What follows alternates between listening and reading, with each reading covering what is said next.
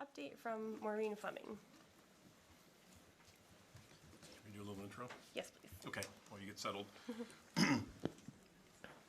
For those of you that don't know, Maureen's been with the district for a number of years in a variety of roles. This year, we have created an administrative position for specifically around mental health, and so we asked Maureen to fill in that role this year, and she's going to tell us a little bit about that new role in the district and how things are progressing so far. Great. Can people hear? Is this on? Can you hear it? I'm happy to be here. Thank you for allowing me to come and meet with the committee. I've been working with Dr. Brady and Dr. Guevara to come out with a strategic action plan. We did an entry plan to start the school year, and we've been working on that for about 3 or 4 months now.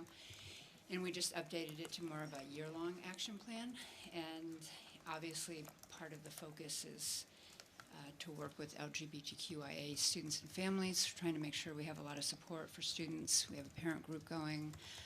And then the larger piece of my work is to address mental health issues in the district with students and staff. And part of the focus, and we talked about this in my parent group the other night, is that harassment and bullying situations are closely tied into mental health issues. So we're trying to develop, as a team, a rapid response to addressing issues that come up as they arise in each school. We're all monitoring really closely what's happening.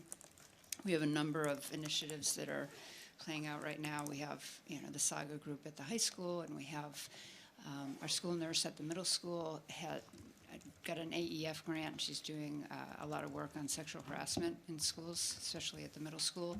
There's going to be an assembly in February. There's going to be a parent night talking about ways to prevent sexual harassment. She's working with a group called Safe Bay. Marta and I have been working with Celia, but it's mainly Celia's work.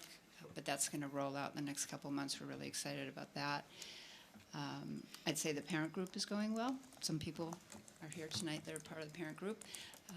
I've actually really enjoyed doing the work with the parent group. We've had some great conversations, and I'm learning a lot from the parents. It's been really helpful. They're open and honest and really vulnerable, and shared a lot of stories about what has happened with their families in the last few years. The student advisory group is rolling out a little bit differently. We're addressing that in a more individual way for a lot of different reasons.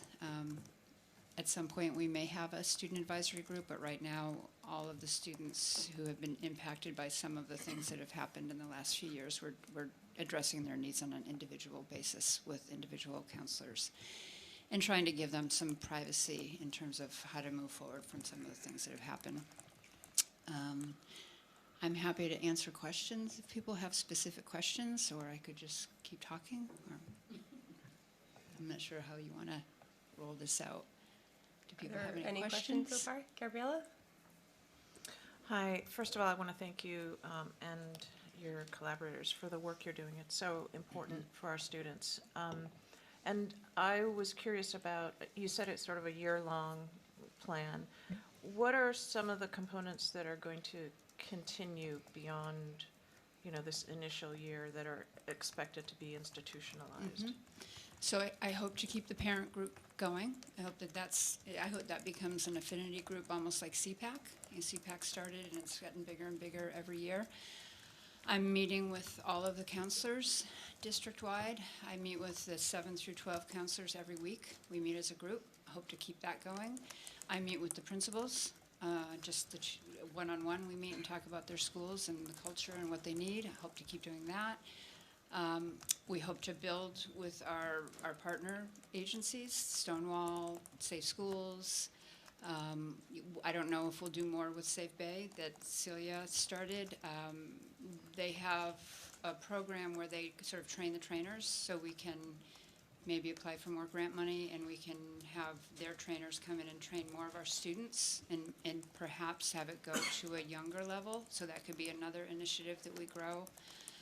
We're working with agencies like TransHealth. TransHealth is coming in Thursday to meet with the Saga group at the high school. That's all Amanda Lewis. She did all of that work. She's the advisor for that group. So I'm involved with a lot of different things, but there are a lot of really great people out there doing really great work, and they've done it on their own.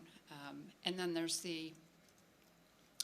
just the mental health needs of the district. that we have to continue to support, and that's just massive. Ongoing. Yeah, it's just ongoing.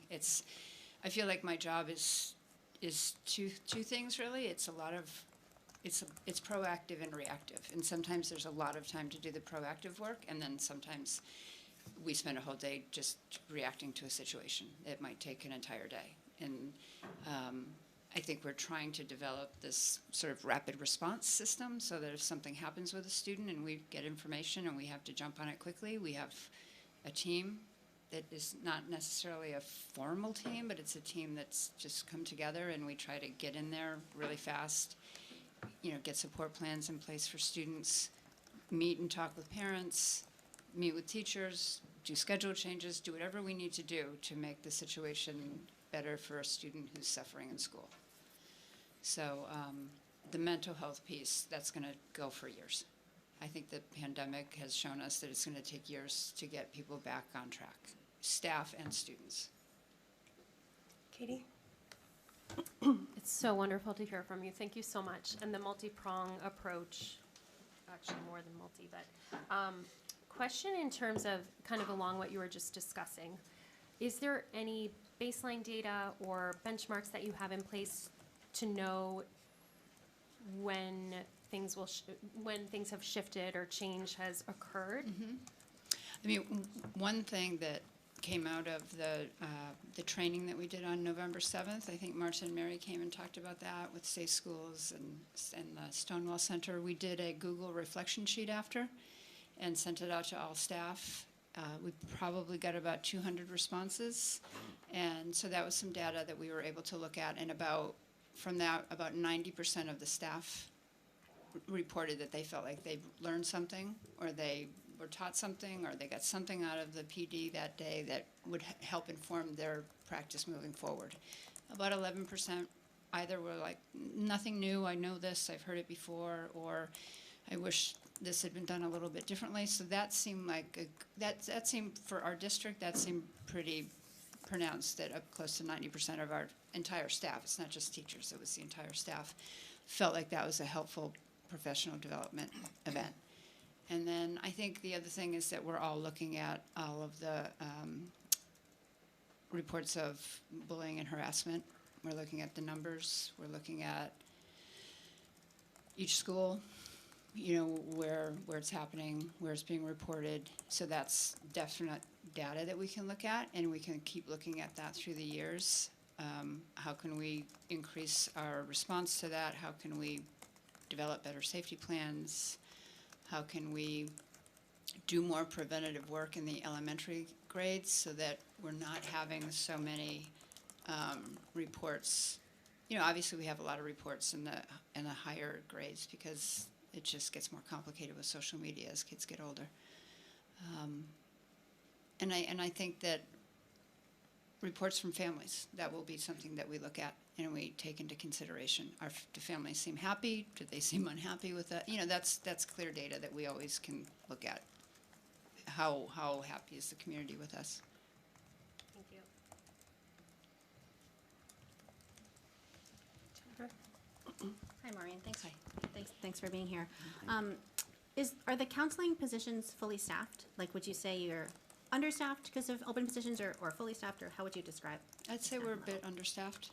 I think that I think we have some positions that we had to contract out at the high school. We've had a lot of shifts, so there are a lot of interim positions because of the different shifts that have taken place. So it can be a little bit challenging to get a highly qualified counselor to come in on an interim basis. We're not necessarily saying we're guaranteeing this job for next year. And for other reasons, we're a little bit understaffed. So, yeah, the counseling needs are intense, Yeah. and everyone's working really, really hard. Can I ask a follow-up, sort of related to that? This is maybe a specific question, but when and if a student doesn't feel comfortable or doesn't feel safe with the counselor they've been assigned to, what should happen, or what recourse do they or their families have? I think the message always goes out to students that we want you to find a trusted adult And sometimes it's their PE teacher, sometimes it can be anybody. And I think from early on, I know when I worked at the high school and we had advisory lessons, that was a main lesson, that it doesn't have to be your counselor. It could be any trusted adult. It could be a coach, it could be your social studies teacher, it could be your art teacher. Students tend to find the people that they trust and believe that they can talk to. And then when you do training, where you say to the staff that if something is shared with you that you feel goes beyond your capacity, please share it with others who can address it.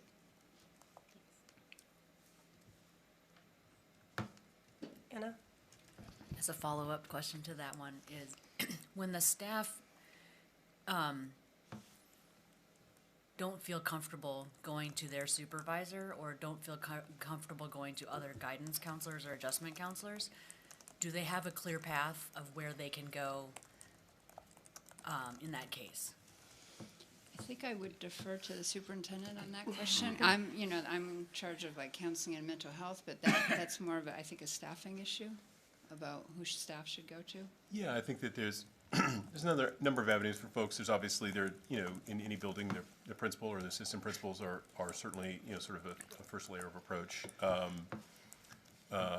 If they're not comfortable with that, then there's obviously central office staff. There's, Marta Guevara, Faye Brady, myself, and really, again, sort of trusted adults is for adults as well as kids, I think. So it's one of those circumstances. We're all,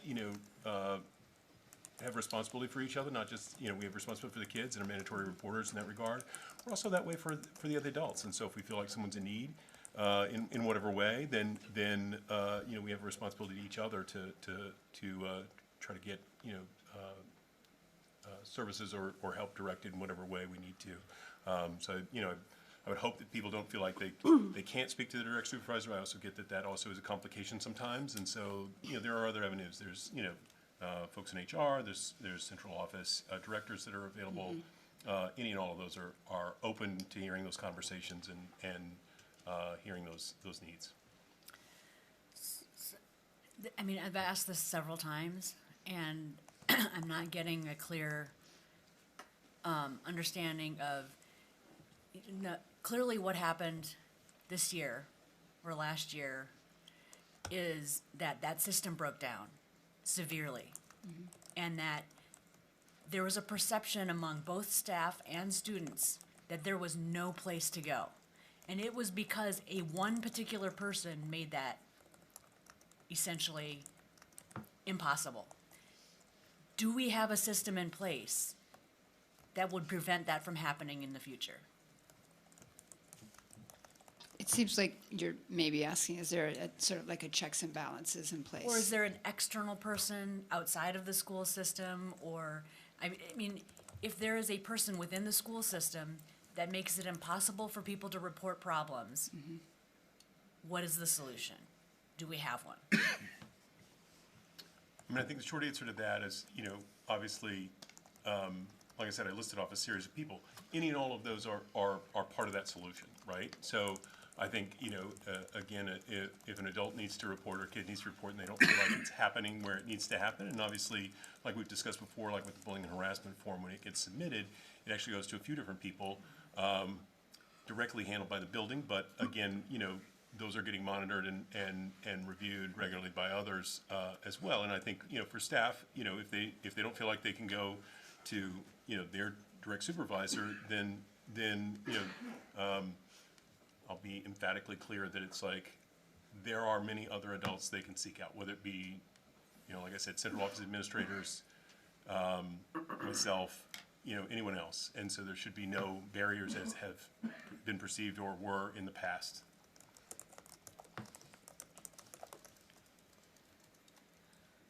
All right.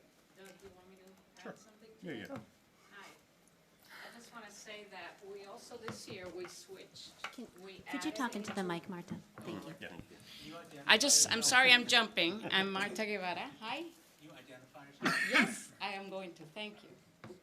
I'm Marta Guevara. I'm Director of Student and Family Engagement. I was referenced by Maureen. I'm jumping in because I just wanted to add to the piece. For the first time, we added in our mandatory training that has been district-wide and then at each school, that it is the responsibility of each staff member, whomever they are, to report any and all things to someone, right? And so we have been working with people so that they feel comfortable coming forward. We've said we're not, I mean, we're an open book. We have, in terms of the checks and balances, we're really encouraging people to come forward. And we're really getting a lot of reports about a lot of things. And I think it's more complicated than than it may be perceived. I think that just from the nature of what position someone has, it may be a little intimidating to come forward with some information. And that's just the reality, but it is the case that we're working hard and in the trainings and working with the directors and working with the different departments. So we've been working really closely with the nutrition department, with facilities, with everybody. Yeah, preschool. So I just want people to understand that we're really trying, and our message is we're open. Just like when this was going on, and I sent an email and I said, please come forward with anything and all. That's who we are. That's what we're going to do. So. Thank you. William? Just to follow up, is there any recorded or documents of, say, a child goes to the trusted adult, and the trusted adult then goes to who they trust? Is there documentation for that? I know there's documentation with the bully harassment, but is there documentation in that sense, and will that be accumulated and tallied so that we would have a sense of So there are incident reports, and there are situational reports that are written up and forwarded, and yes. And the idea is that we need to communicate with the families immediately. So when Maureen talks about rapid response, a lot of what we need to do is we need to include families, parents, guardians, caregivers, because that's key. And it's a hard one as kids get older, right? But it is about safety, and that's our top priority. Sorry I jumped in. Thank you. Thank you, Marta. Were there any other questions? Is there anything else you wanted to share with us? I don't think so. Just that, we follow up everything we do with emails. So I'm very much about documentation. So even, and obviously we have to be really careful this year and then years moving forward that we do a great job of being responsive, and we communicate with families and we communicate with students. So I'm a, document kind of person. So if something happens, and I meet with counselors all the time. I'm meeting with 7 through 12 weekly, so we keep notes. I keep notes. Meet with elementary school counselors. I keep notes in my. I have a system of how I keep track of information that's been reported to me. I can go back in my calendar and find students I met with 10 years ago and what we talked about. So I keep pretty scrupulous notes. Thank you. Thank you so much Thank and you. for coming and for all of the work that you're doing. Greatly appreciated. All right. So next up is some new courses of program for studies at the high school. I'll get old. So we have a couple different high school folks here. This is Nat Woodruff, so you can introduce yourself, but before you start, would you like the slide deck that you That sent would me? be great, yeah, Okay, if you could just put tell me when to move the slides. Sure. This is a change.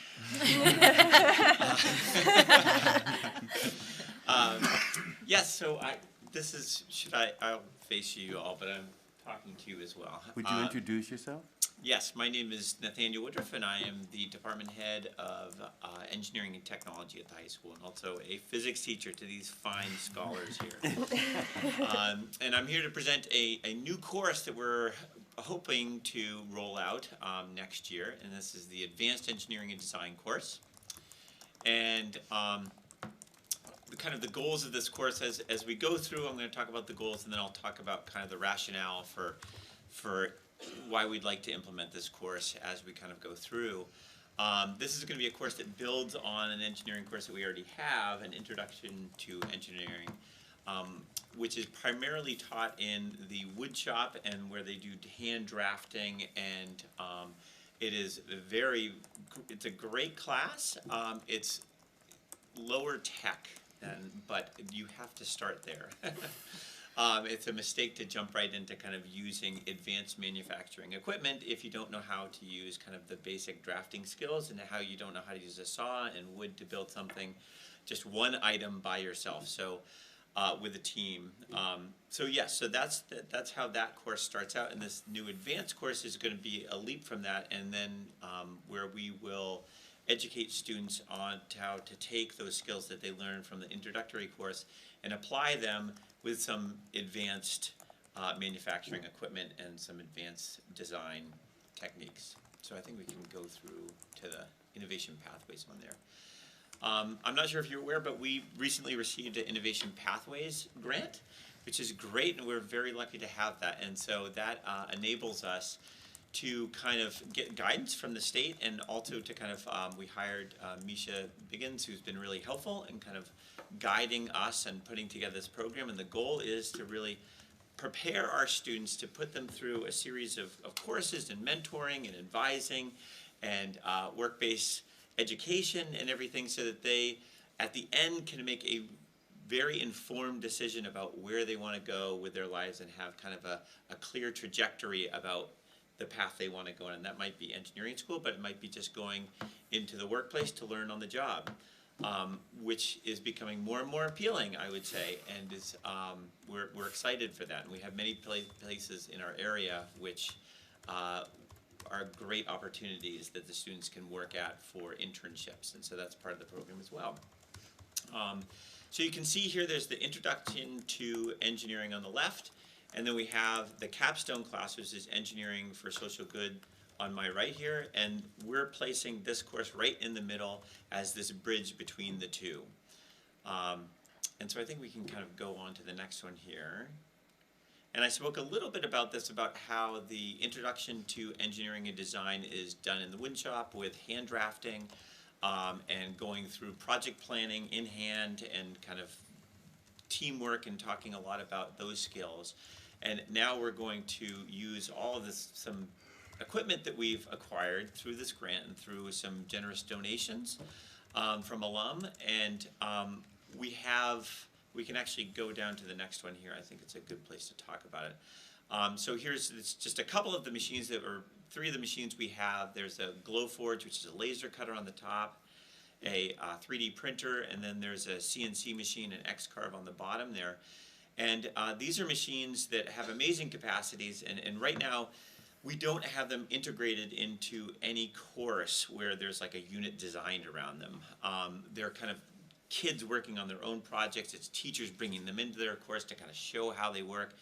Kids coming in to say, you know, I want to print this out. You printed something out recently. But it's not like every student sees these machines and sees how they work. So we recognize that, and we're like, we really need a time and a place where we can educate kids about how we use these advanced manufacturing tools. And that's where this is going to happen here, along with some other design, doing some stuff with computer-aided design and project planning, and actually this leads into the course outline here. So we'll go over kind of materials more. Primarily in the introduction to engineering course we use wood, but we're going to be using metals and plastics, talking about the properties of that and how we kind of choose those. Still stressing lab safety, talking a lot more about graphics in 3D and 2D and how we do that, and how we can take those designs and make a file which we can send to the printer or whatever machine we're using to make the part that we're interested in making. Project planning is really big with this, assembling, product testing, quality assurance, and then project life cycle, sustainable design and recycling, really cradle to grave on whatever we're producing, are going to all be stressed in this course. And that is all I have for you. But I'm open to questions. Yeah. Jennifer? This is really fantastic. Thank you. It's really exciting to see this kind of hands-on, real-world, practical applications that students can be learning. My question is about who this course is accessible to. So I assume that a prerequisite for advanced engineering design is intro to engineering design and Correct, design. yeah. And does that class have like math or science prerequisites? Like who can take that course? Anybody can take that class, yeah. It is open to all, and it's encouraged that multiple people take it. And that's where I think a lot of people who have not seen success in school see success in that course. And so we do go out of our way to make sure that it's accessible to anybody, regardless of, it might be if somebody has a physical disability, we will make a accommodation for that and a modification for that, so that they can get into that course and be successful in that course and show that they have a place in this space. And we've been successful with a lot of, the whole spectrum of students that we see here at Amherst. I feel like we've done a pretty good job making that a welcoming space for them. Thank you. Yeah. Gabriella? I want to echo Jennifer's excitement. This is fabulous. I wish I could take this course. Absolutely, or even help you teach it. It'd be fun. So I think it's great, but I do have one question, and that is, what are the staffing implications of adding this course? That's a good question. So we would not. So the first is the equipment. We wouldn't have to buy any new equipment. We have the space and everything. As far as the staffing goes, students are filling up elective spaces with time that they have. And so as far as the engineering goes, the thought is that this will be a choice instead of taking, right now we have a bunch of other choices, which would be electrical robotics. We have computer-aided design 1 and computer-aided design 2.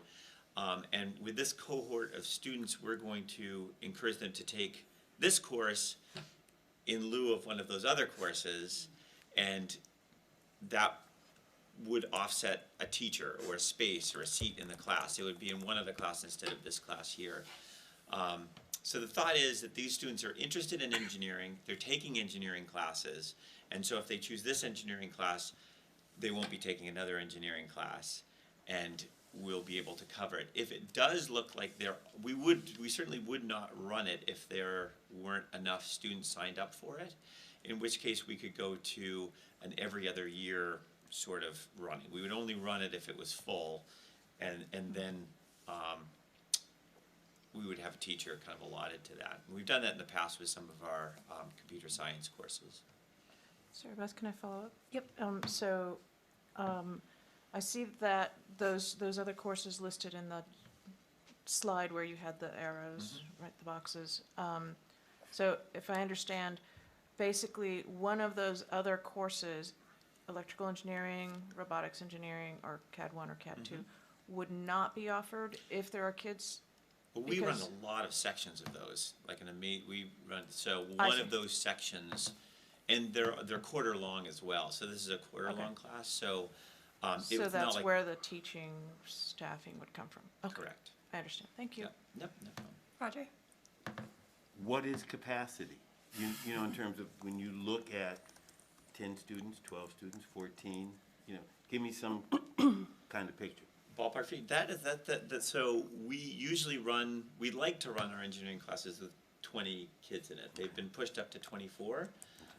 Sometimes that works great if you have all the students in line. If there's, sometimes I would say that's a little bit too many in a wood shop with saws and everything else going on, so.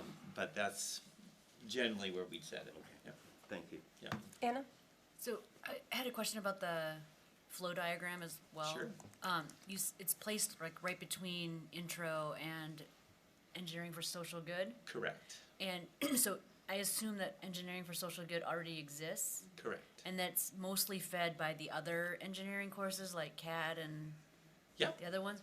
So is this really the first sort of like step for people to get from the intro course to engineering for social good?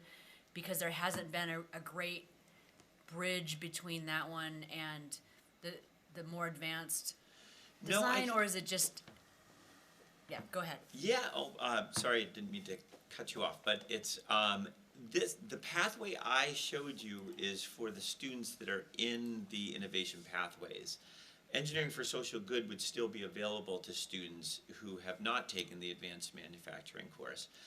The great thing about that course is every student brings, for engineering for social good, is every student brings their background, talents, interests to the course and works as a team to be successful. So the students that we hope to feed from advanced manufacturing guess what? We can use a CNC machine to make this part. Or let me design that part and use the X-carve for it. So we'd beef up that class because we'd have members of it that could do a little bit more with the machines that we have. First, I think it's great that students are being offered this course. I personally use the machines myself. And one question I have is the room that the machines are in, it's a bit like out of commission. It's a bit messy, small. So where exactly do you think this course would take place? Would you move the machine to the wood shop? Ugh, you're getting insider information. So the way that we have it laid out now, we have the wood shop, and then we have a room off to the side where all the advanced manufacturing kind of machines are. It's awkward at this point because we would be printing from the classroom to a separate room, which is through a wall. So there's just a wall in between the two. So we're exploring ways to kind of see if we can get a door between the two. I mean, ideally that would be perfect. It's if we had a door and then you could print and you could walk through. Right now you have to kind of go out and back, which is very awkward. So you bring up a very good point. We can do it, but it would be a lot better if we had a door. Yes. Are there any other questions? I don't think so. Thank you so much, Nat. Okay, It sounds thank like you. a fantastic class. Thank you.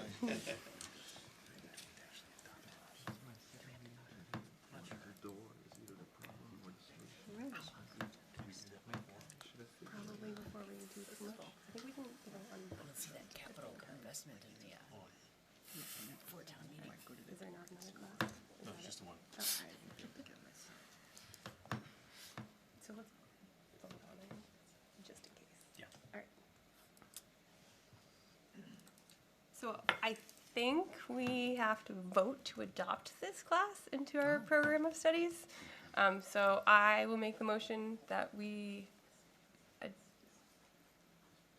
adopt advanced engineering and design into our program of studies. Second. You guys wanna arm wrestle? I think Thank you. all in favor? Excellent. Thank you all so much. Innovation.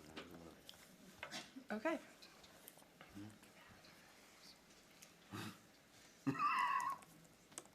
So our next order of business is public comment. We can start with our people in the room, so if you don't want to stay forever, you don't have to.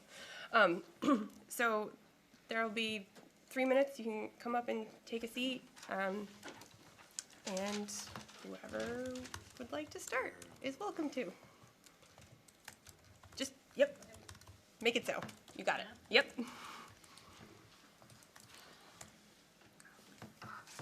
Hello, I'm Greta Biaggi.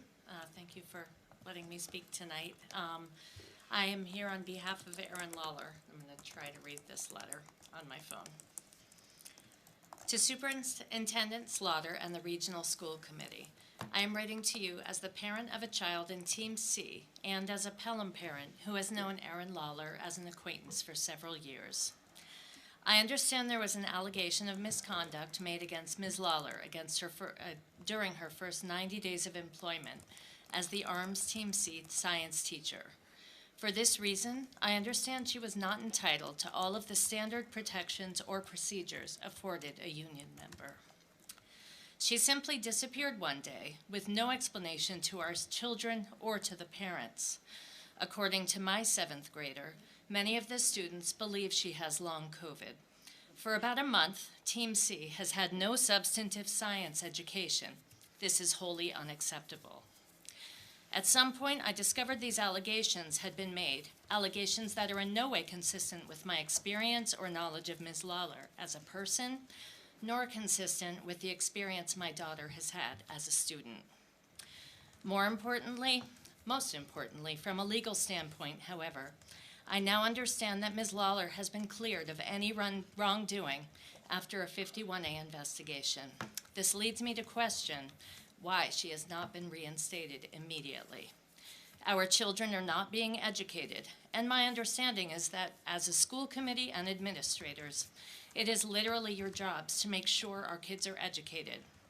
We have a teacher who has been subject to an obviously targeted and erroneous, because she has been cleared, charges, possibly due to the gender identity of her own child, and it appears she was unceremoniously and possibly unilaterally terminated. Presumably, Ms. Lawler interviewed for her job, successfully passed every background screening that any teacher would.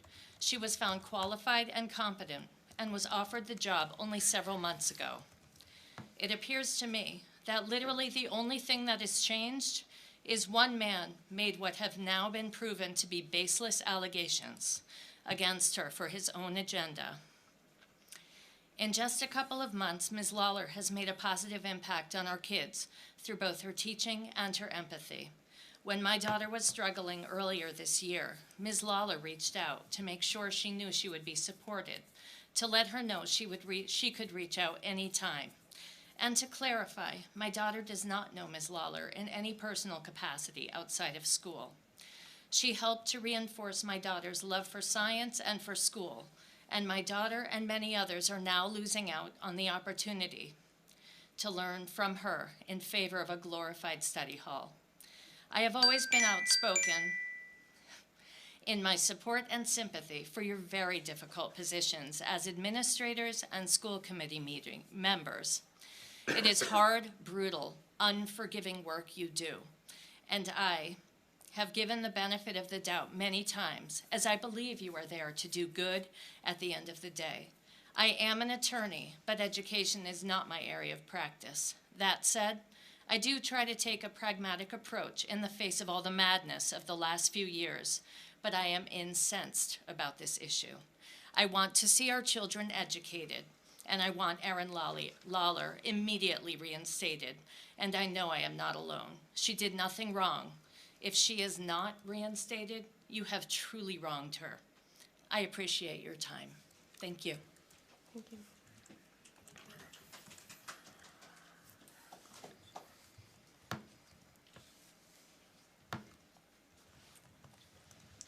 Hi. I won't be as eloquent as that was, but thanks for having me. My name is Jenny Franz. I'm a 7th grade parent, and I'm also a personal friend of Erin Lawler. I feel it's important to disclose my 8-year friendship with Erin because this is part of a personal attack on her. This is not just about how she teaches in the classroom. So there are 3 major things here that concern me, and I'm not sure what information everybody knows, but it seems that Erin was targeted due to her obligations as a mandated reporter, which is interesting following all the work that everyone's doing here. So my concern is for the teachers and staff to feel afraid or not supported by their district to report issues that they feel their students are having. Something that Ms. Lawler did, and it is believed that she was being retaliated against because of those reporting that she did. It's also considered that her family was targeted due to transphobia issues. She is a parent of a trans child, and I believe it's really important to investigate whether these false allegations were made based on these transphobic beliefs. I think you'll find that Erin was targeted because her trans child is a friend of the accuser's daughter. Most importantly, we need to talk about the students. Erin was placed on leave pending an investigation, and before the investigation was done, she was fired by her district. DCF found no issues, and Erin was cleared of all accusations. Our 7th grade students have had no science teacher since November 9th. We are now 1 month later, and no parents have been notified that they have been receiving minimal learning through a substitute teacher for an entire month. As someone whose child is on an IEP, a month's loss of actual learning is devastating and detrimental. Erin is an excellent teacher, and her kids were excited to go to class every day. It is a shame that they have not only missed out on important curriculum, but that they have missed out on one of their favorite teachers. Thank you for your time. I hope you will consider promptly reinstating Erin Lawler back into the district for 7th grade science.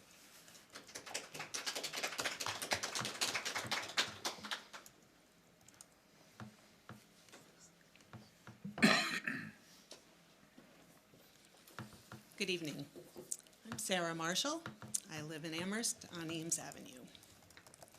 I was shocked when 2 weeks ago you considered a motion to rescind the borrowing authorization for track and field design, option 3. I'm not even speaking about the merits of the motion. What shocked me was the lack of transparency and the casual approach towards a significant financial decision. Many of you have spoken about the need to be more transparent and to build trust with the community. That is, to be upfront and clear with the community about information, about your decision-making process, and about matters that residents might want to comment on. The surprise motion was anything but transparent in my view. Some of the public, myself included, believe you may have violated open meeting law by not listing a possible vote on the agenda. But even if there was no violation, the agenda item track and field project update with no attached documents violated, in my opinion, the spirit of the open meeting law because it gave no hint that you might potentially kill a project of great significance to the community. You did not mention such a discussion during agenda planning on October 3rd when you received an update from Dr. Slaughter on the release of an RFP. Transparency aside, I believe your discussion lacked meaningful information. Only 2 of you present 2 weeks ago had participated in the initial vote to authorize borrowing in 2022, and most did not participate in the ratification of that vote on January 12th and 17th of this year. So it is not clear to me that all school committee members had a good understanding of what had transpired and the financial picture. You did not have the original authorization in front of you.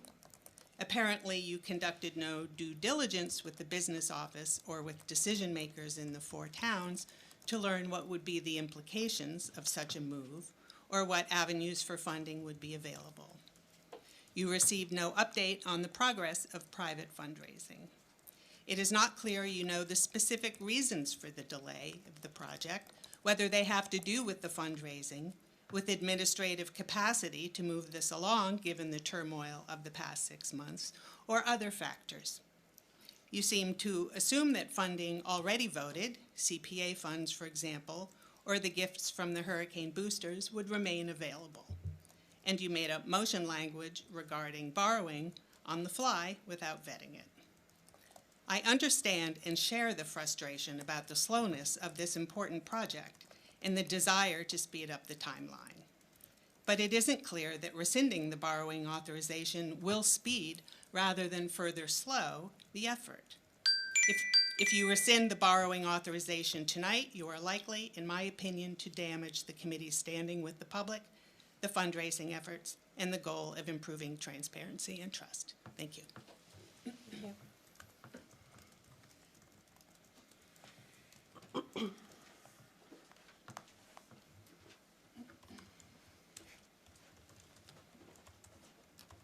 Start my timer here. Hi, my name is Deb Leonard. I live on Old Farms Road in Amherst.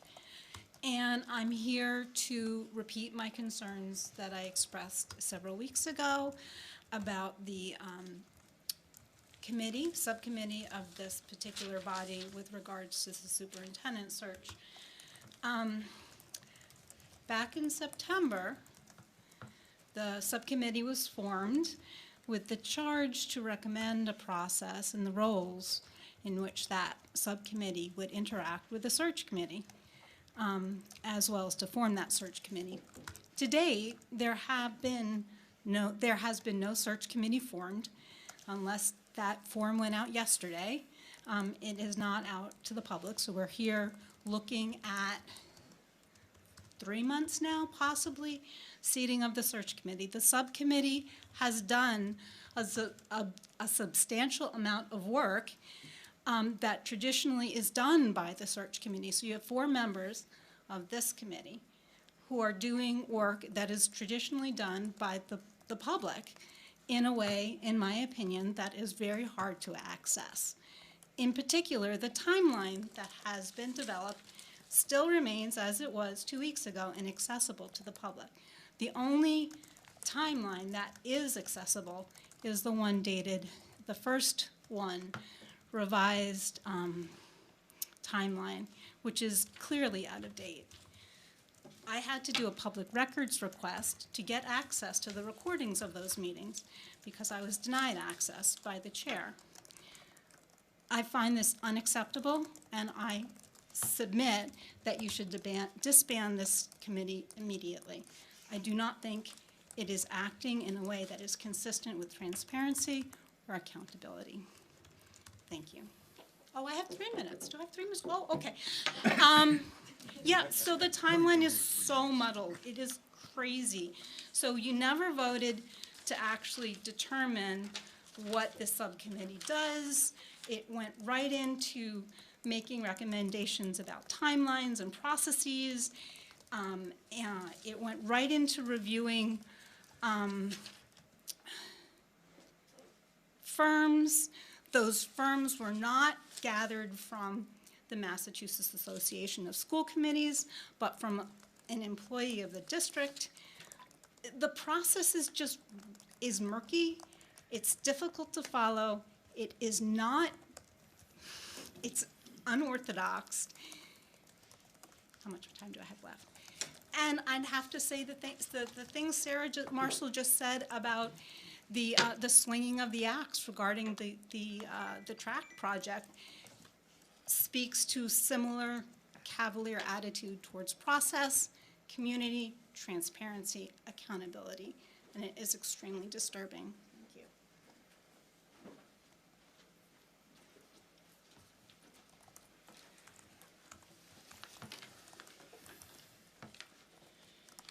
I'm Allie Wickslim.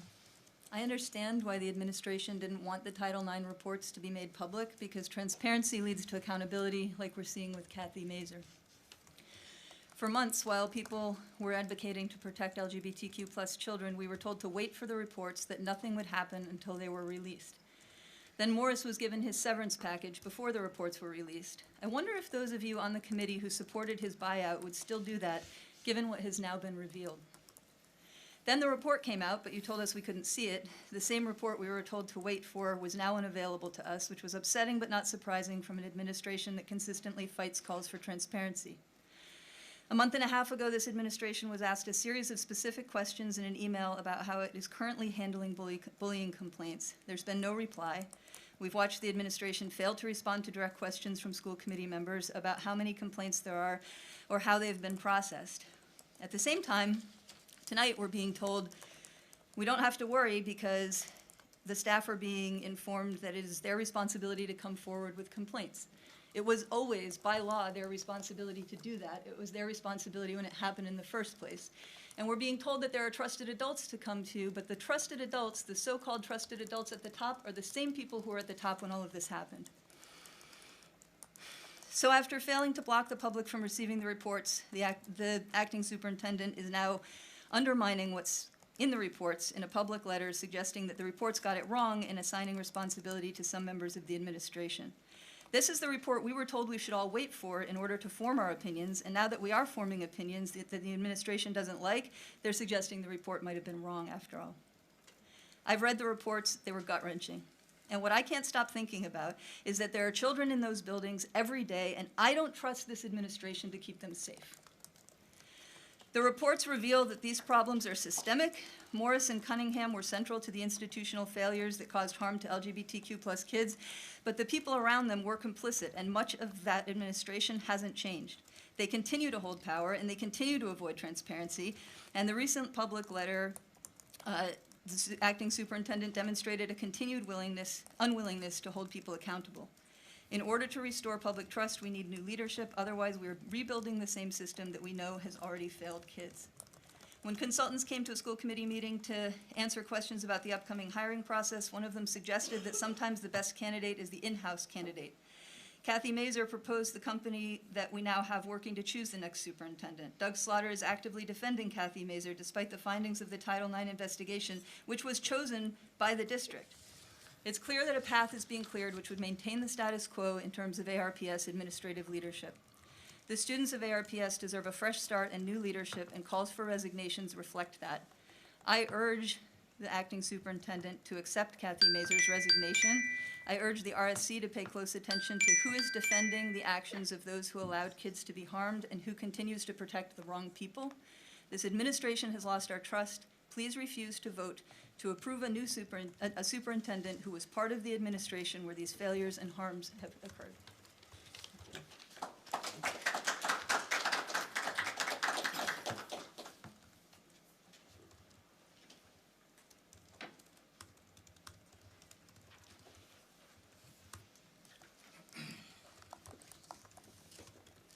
Hi, I'm McFarland, English teacher, APA representative. I have 3 communications from the APA. The Amherst-Pelham Education Association reaffirms its strong commitment to ensuring a safe learning environment for all students, particularly LGBTQ+ and gender non-binary students. The investigator for the Title IX investigation found, quote, inadequate district investigations into allegations staff engaged in offensive conduct based on LGBTQ+ status. I find both of these district investigations to be deficient and constitute a failure of the school district to take prompt, effective action in response to legitimate concerns of inappropriate behavior, unquote. The investigator further stated, quote, I find ARP's handling of the complaint highly inadequate and lacking in thoroughness, unquote. The APA finds it extremely problematic that the administrative district employee referenced here, Kathy Mazur, remains actively employed in human resources. With these concerns over student safety and lack of responsiveness to legitimate APA member concerns, the APA therefore calls for Ms. Mazur's immediate resignation. The APA looks forward to detailed plans from the district on how human resources will become more responsive to member concerns and how Interim Superintendent Slaughter will ensure human resources is accountable to the community which it serves. Additionally, the APA requested the opportunity to review the investigative reports prior to their release. This request was not granted by the district. The union maintains the release of these reports in the form in which they were released violates certain members' statutorily protected rights. The union believes the continued posting of these reports in their current form on the district website only exacerbates those violations and causes unnecessary harm to APA leaders and members. While we want transparency for all community stakeholders and appreciate the intention of having the reports published for that reason, the APA respectfully requests, 1, the district remove the reports from the website so that we may appropriately redact private personal information, including APA member names, positions, and other identifiers. 2, once privacy is ensured, repost the reports with complete and appropriate redactions for community stakeholders to view. And 3, provide APA and Massachusetts Teachers Association with any correspondence with the Office of the Secretary of State regarding the release of the reports. And finally, the APA looks to continue its commitment to equity and anti-racist work. The union is currently planning further professional development in this regard for APA building leadership and the executive board. We invite interested members of the school committee to join us in this work. School committee members in the past have expressed a willingness to engage in this work. For any school committee member who is interested in joining our equity and anti-racist training, please reach out to union leadership, and we look forward to coordinating our efforts with you. Thank you.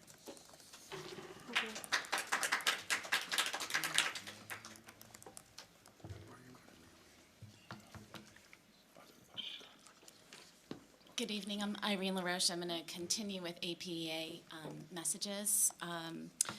To add on to the request for equity work on the part of the school committee, in the spring the APA issued a statement called In Support of LGBTQ+ and Racial Equity. In it, we affirmed our position in advocating for an inclusive and safe schooling experience for all kids. We acknowledge that equity work is ongoing work. We are happy to update the community and school committee that members of the APA will continue equity work through this anti-racism training this winter that Keith just shared. And we want to strongly encourage current and incoming school committee members to join us in this training. We look forward to the work we can do together to renew and strengthen our active anti-bias practices in this district. The second statement is the following from the APA. This fall, a union member and teacher in our district was accused of alleged activities outside of school. This teacher was put on leave by the district human resources without an investigation. Since then, DCF has investigated and exonerated this teacher from all wrongdoing. The accusations were found to be unsubstantiated. I want to repeat, this teacher was exonerated. However, the district has fired this employee. We are asking, why is a teacher who did nothing wrong still not back in the classroom? Our students have been without their teacher for weeks. Over 50 school employees have signed a letter advocating for this teacher's reinstatement. As school committee members, we ask that you involve yourself to ensure the fair treatment of our members. The APA requests that the district reinstate this employee immediately. Thank you.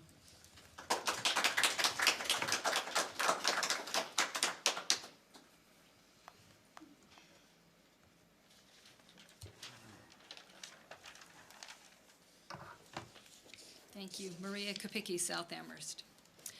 The high school track and field is an extremely important school and community resource. Residents of Pelham, Leverett, Shutesbury, and Amherst of all ages use the existing facility for casual, recreational, and competitive activities. Improvements to this regional facility are long overdue and are now getting the attention of those who can make that happen.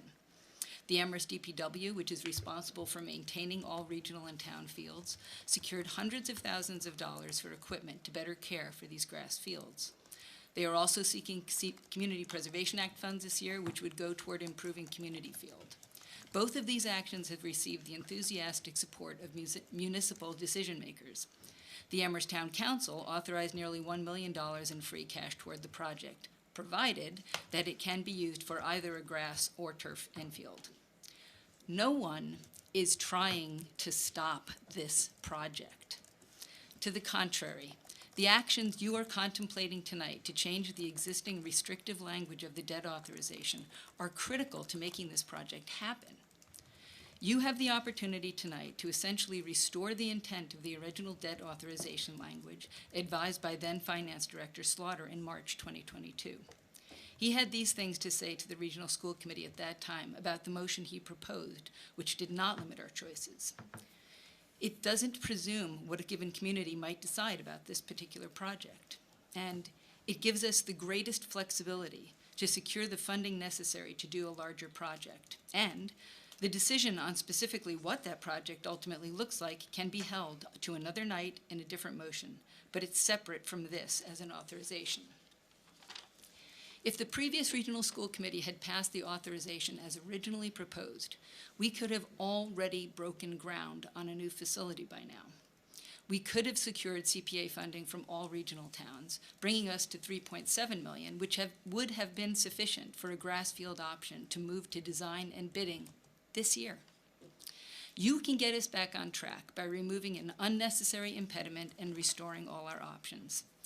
As a former Regional School Committee member said at the March 2022 meeting, we need to move forward and make sure that we do something without just endlessly hoping to raise funds. Please vote to rescind the existing language and replace it with an authorization that gives us the flexibility we need to move expeditiously toward building a new facility that all of us can enjoy. Thank you.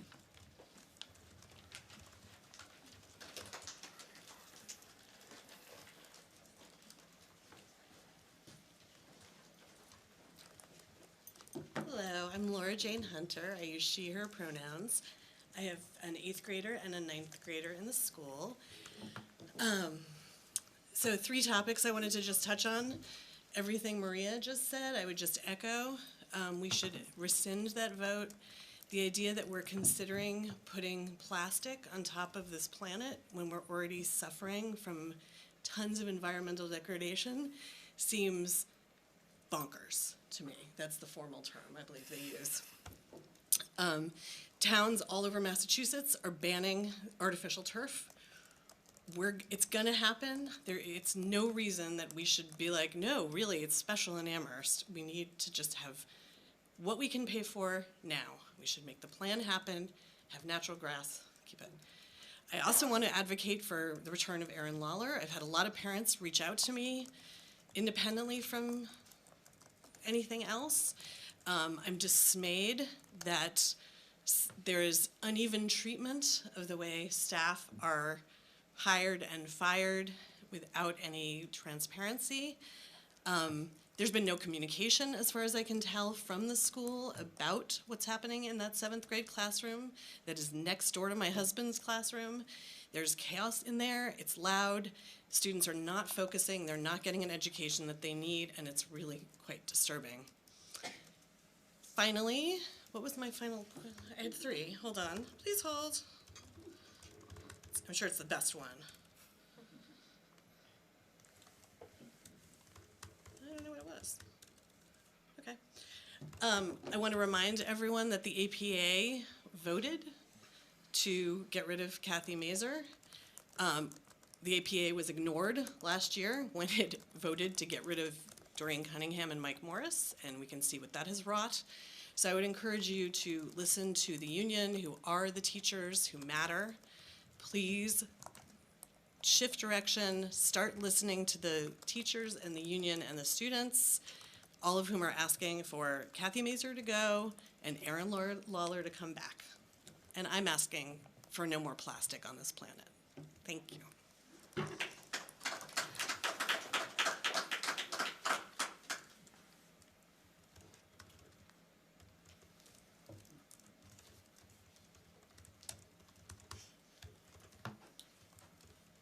Good evening. My name is Elizabeth Haygood. I use she, her, hers pronouns. I live on Logtown Road. I am a retired teacher and coach of 40 years in this building. I am the mother of 2 graduates from this building. I am the grandmother of a sophomore and a freshman in this building, and I have 4 more grandchildren coming up behind them. I am here speaking about our track facility. If you don't know me, let me introduce myself as a track master. I am a master for USATF, National Track and Field Association. There are 4 major meets that happen for USATF track and field every year. I have been selected this year for 2 of the 4. I am a master of track and field. I'm looking at these 2 brothers right here who are masters of track and field, and they succeed in track and field, not because of you, but in spite of you. How fulfilling it is for me to be in a little place called Prairieville, New York, officiating the Region 1 Junior Olympics, and get a tap on my shoulder from that young man right there, right? How fulfilling it is for me to be in Eugene, Oregon, officiating the Nike Nationals and get a tap on my shoulder from the relay team from Minnetonka Regional who ends up winning. And there's pictures of them hugging me all over the place, right? And how unfulfilling it was for me to be the one person with somebody else, by the way, another track and field master who actually officiated in the Olympic trials, to have to go and condemn my track. And I say my track because 20 some odd years ago, we were sitting in the same place with Bryant Lewis and some others asking you for that track. I don't have a written statement. I do have Mary Clay's written statement. She sent it to Doug. Please read it. I have been a past booster in this building, okay? I have watched and seen other track facilities. I don't understand how I can go to some of the most poorest communities in the Pioneer Valley and see their athletic fields. I don't get that at all, and live here in this town and have my taxes paid in this town for these kids in this town and you all want to take that back from them. I have been a teacher, and I have watched over and over and over again some of the most deserving students being yanked by the chain from the things that keep them in school, like clothing and textiles, like wood shop, like auto mechanics, like all of those things that kept them here wanting to learn. And for people to sit around a table and say, that's not good enough, I don't give a damn about that bell. You know why? Because I spent 40 years here, 40 of my life in this building, okay? And one of the things that I do know, two of the things I do know, is kids and sports. And you have got to get them some pride in that. You have got to let them excel in that. And we're not talking about just a track. We're talking about a track in the existing field. We should not be wading in mud to get to the track. We should not be having to take the kids in our wheelchairs from our adaptive PE programs all the way around to get to the track. We should have it gated so that people can use it when they're supposed to and not destroy it when it's not supposed to be used. And we need to keep it in the forefront of our minds because it comes to the pride of the most disenfranchised students that use sports as a catalyst for them to get up in the morning and walk into this building. I'm done. Thank you for listening. Thank you.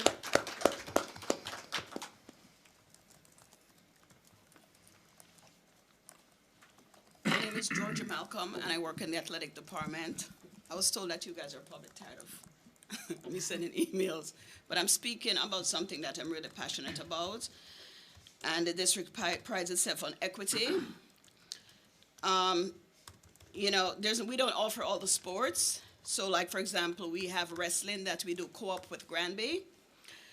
And I have students who want to participate. The Granby ADS said, listen, we will waive the fees for them. But I can't get them there. The only option I'm thinking about, an AD okayed it. I'm like, okay, I'll rent a van. And I'll just bring them there every day from 4 to 6. You know, and that's the thing. When these decisions, you know, these sports are being offered, but there lacks equity. Because, yes, it's there, and I can waive the fees for them, but then how are they going to get here? I spoke to Mr. Sadiq. He says, well, we have the same problem because there's all these clubs, but the students who need it the most cannot participate because they have no way of getting home afterwards. And I just really want to bring this because I think at the end of the day, I was saying to Mr. I'm like, can someone else do the drive-in? Because, I mean, I've driven, you know, teams when there's no bus. But, you know, I mean, I have a kid that's from Brooklyn, and he says, God, you know, he just moved here. His dad passed away when he was 7. And, you know, I'm really trying for him. And he said, you know, it's the opportunities that's here is not available in Brooklyn. And it is with him in mind that I'm prepared to rent the vehicle and take him there so he can access wrestling.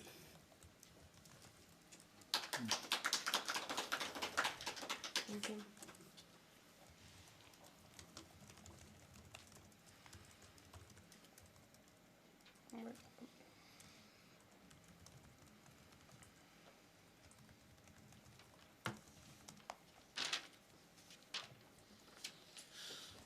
Good evening. My name is Mike Offner. I have 3 children in the Amherst Public Schools. I've been a room parent multiple times. I've supported multiple PGOs. I'm here to speak about my concern of the terrible current state of Jew hatred in the Amherst Regional Public Schools. I've written to Doug multiple times asking if Doug would meet with me to just discuss establishing a Jewish parent guardian advisory group. Doug has not responded to me. He's not said he will meet with me or he won't meet with me. He's not acknowledged my request. The message I receive from being completely ignored by Doug at a time when anti-Semitism is the worst that it has ever been in this country, in this state, and yes, in this town of Amherst, where anti-Semitism and Jew hatred are trendy among so-called left progressives. The message I received from Doug ignoring me is that in Doug's mind, Jews don't count, Jews don't matter. Doug has no interest in the safety and well-being of Jewish students in the Amherst Public Schools. Doug does not know anything about Jew hatred and anti-Semitism. Doug does not think Jew hatred and anti-Semitism are real or valid concerns. Doug does not want to do anything about Jew hatred and anti-Semitism in this community. I've been bombarded with it. My kids have been bombarded with it. Other people have been bombarded with it in this community.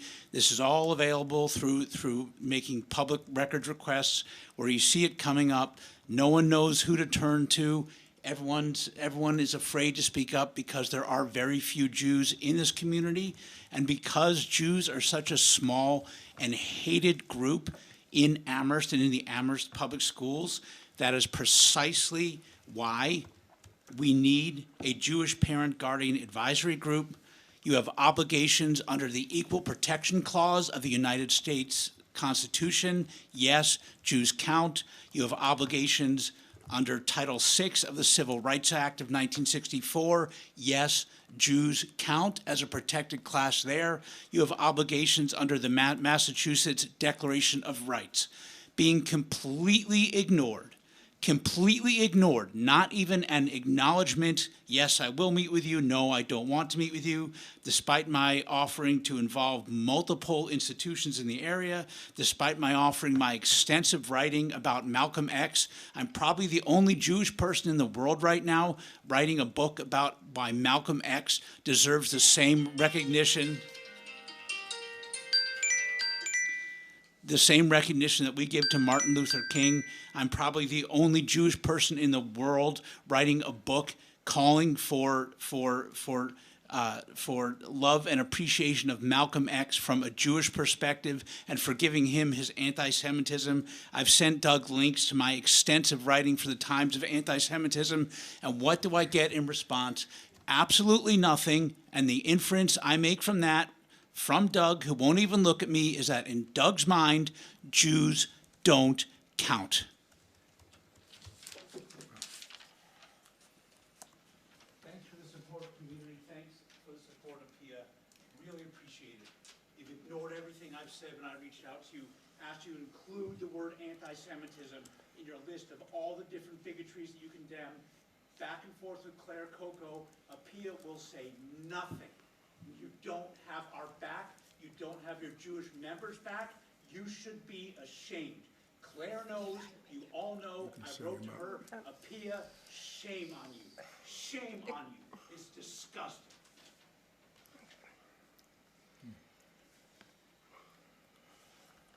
Are there any other public comments? Okay. So we have a few voicemails.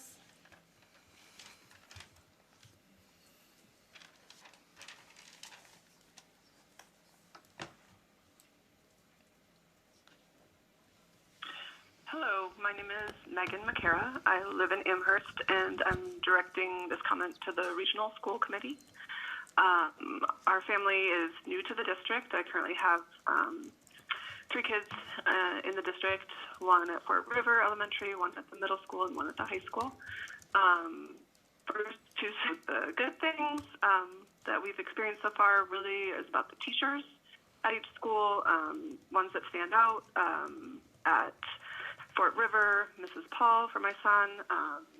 At the high school, Miss Lewis, English teacher, and the coaches of the Alpine ski team that have really been so wonderful and supportive, Coach Howes, Davis, and Lutz.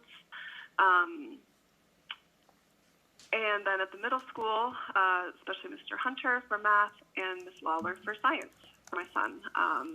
Definitely his favorite teachers. Which brings me to why I'm calling. We found out only from my son that Miss Lawler hasn't been there. They've had us up. Oh, so sorry. That was my fault. Definitely his favorite teachers.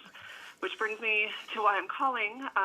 We found out only from my son that Miss Lawler hasn't been there. They've had a sub for don't know how long, because again, I've only heard from him more recently that they've had a sub, and that Ms. Lawler has been absent. We have received no communication from the school. This is at least over a month that has been going on, and I'm really concerned, as are many parents. Like I said, is one of his favorite teachers. He enjoyed science. They are not doing science, as he says right now. They're watching some videos. He complains about this. My son complains about this. He's not getting the science education he deserves from a teacher, a qualified, well-loved, excellent teacher. And again, we have not heard anything from the school, even when reaching out. So we don't know. Can't base off of anything except for rumors from students or other parents. I have heard that there was that she might have been put on leave or fired. Some investigation not substantiate any kind of claims. I don't know. Again, because there is no communication. So that is the problem. We would like to keep going on. What are the plans for our kids' education? We want Ms. Lawler back, if that is true, as soon, immediately. And we want the science education that our kids deserve. Thank you for your time. Goodbye.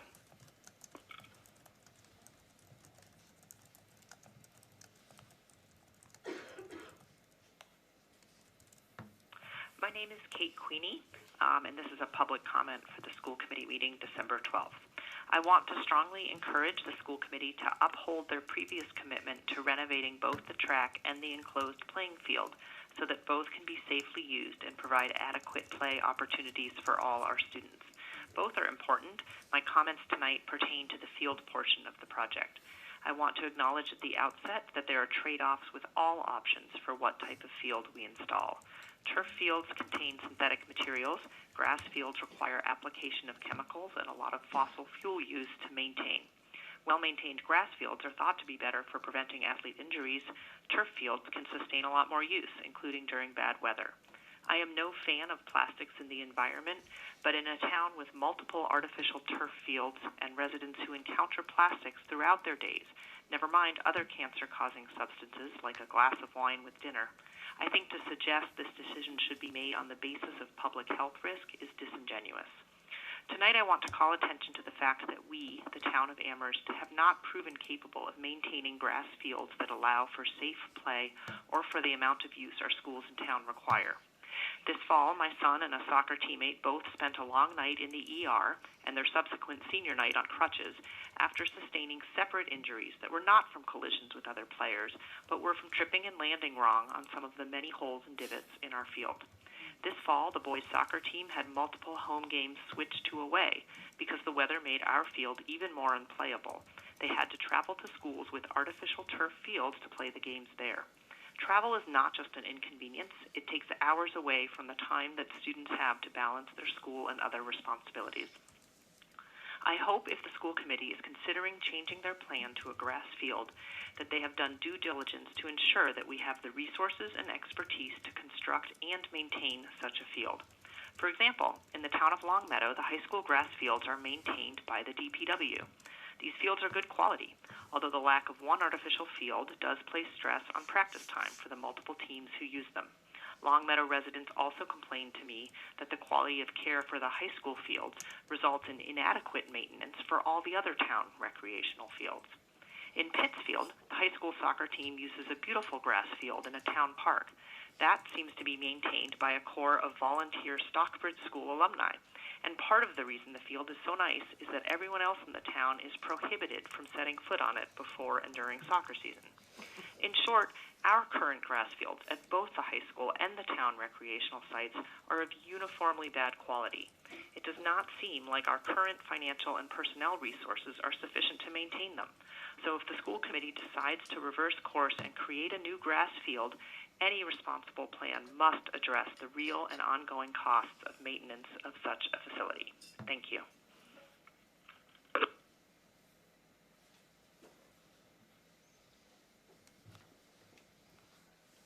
Hello, this is a public comment for the Amherst-Pelham Regional School District. My name is Melissa Yates, and I'm a parent of an elementary school child in the district.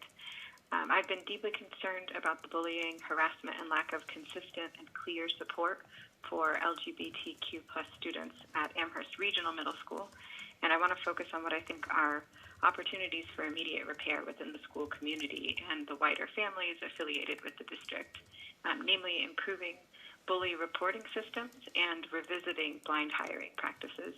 My first comment has to do with reports of bullying. The process by which students or family members can report incidents of bullying is and has been significantly hampered by technical problems with the way such reports are collected. The system through which the school district collects reports routinely faces issues that make it impossible for students or families to actually submit them. This, paired with very little communication with families about how to report such issues or what to do when the system fails, should be a top priority at the middle school and elsewhere in the district, particularly when we've now seen that incidents of bullying and harassment were badly mishandled by several staff, as noted in the Title IX investigative report. We need the systems by which students and families can report incidents of bullying to be easy to use and quickly responded to.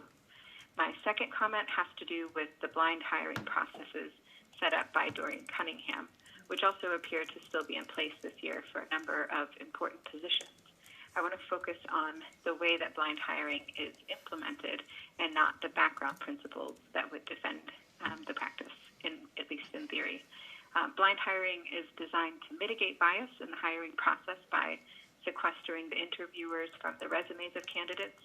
But in practice, this investigative report describes several complaints about how this process is actually implemented in our school district. First, according to Mitnick's report, many staff have raised concerns about this hiring process. Staff report that when they've raised questions about blind hiring practices, that they've been accused of racism, effectively shutting them down and creating fear of retaliation. A credible fear, given that the investigative report also found that sufficient credible evidence exists that a staff member did actually suffer from retaliatory conduct when they complained about inappropriate behavior exhibited by another staff member toward LGBTQ+ students. I think the school district should very carefully consider the role of the hiring process itself in cultivating a culture among the staff where they fear retaliation for any criticism of something as fundamental and vital as the process by which we hire staff working with our children. I'd like to encourage the school district to inquire about whether this hiring process should still have the confidence of the district, and several questions that I think would help address these concerns, or at least help improve the implementation of this process. Are first, how many people should be serving on a subcommittee charged with initially reviewing resumes of candidates, and what should that number be, given the significant power that group has over the construction of the applicant pool? Second, do all of the candidates who are passed on to the interview stage always meet the stated minimum requirements of the job? There's evidence in the Title IX report, again, that this was not always the practice.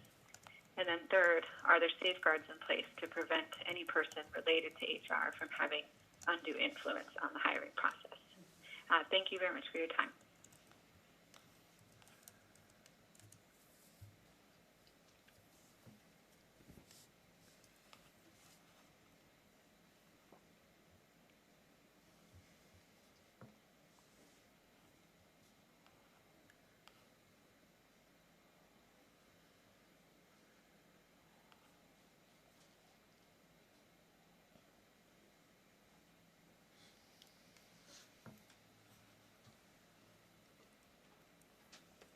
My name is Richard Seelig. I'm a Pelham resident and a member of the Conservation Commission and the Community Preservation Committee. I am opposed to creating an artificial turf athletic field in Amherst. According to a poll by The Atlantic, 83% of National Football League players said artificial turf is a real concern. In a study that the NFL conducted from 2012 to 2018, the league found that players have a 28% higher rate of non-contact lower extremity injuries when playing on artificial turf.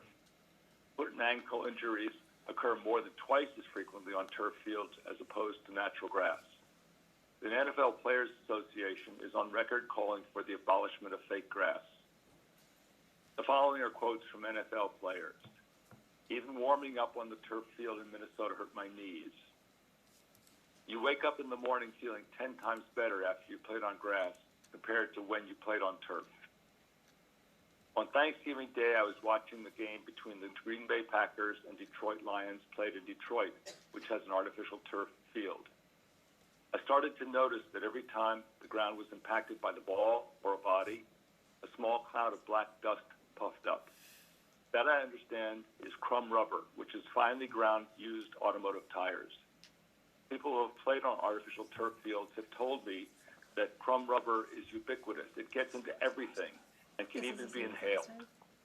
Do we really want? Same as last time. Apologies. All right.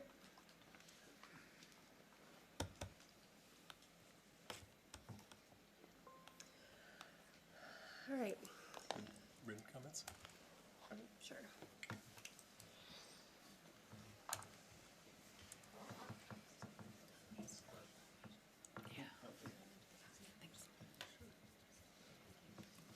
You know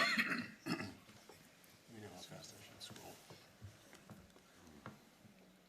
Single space text is. Sorry.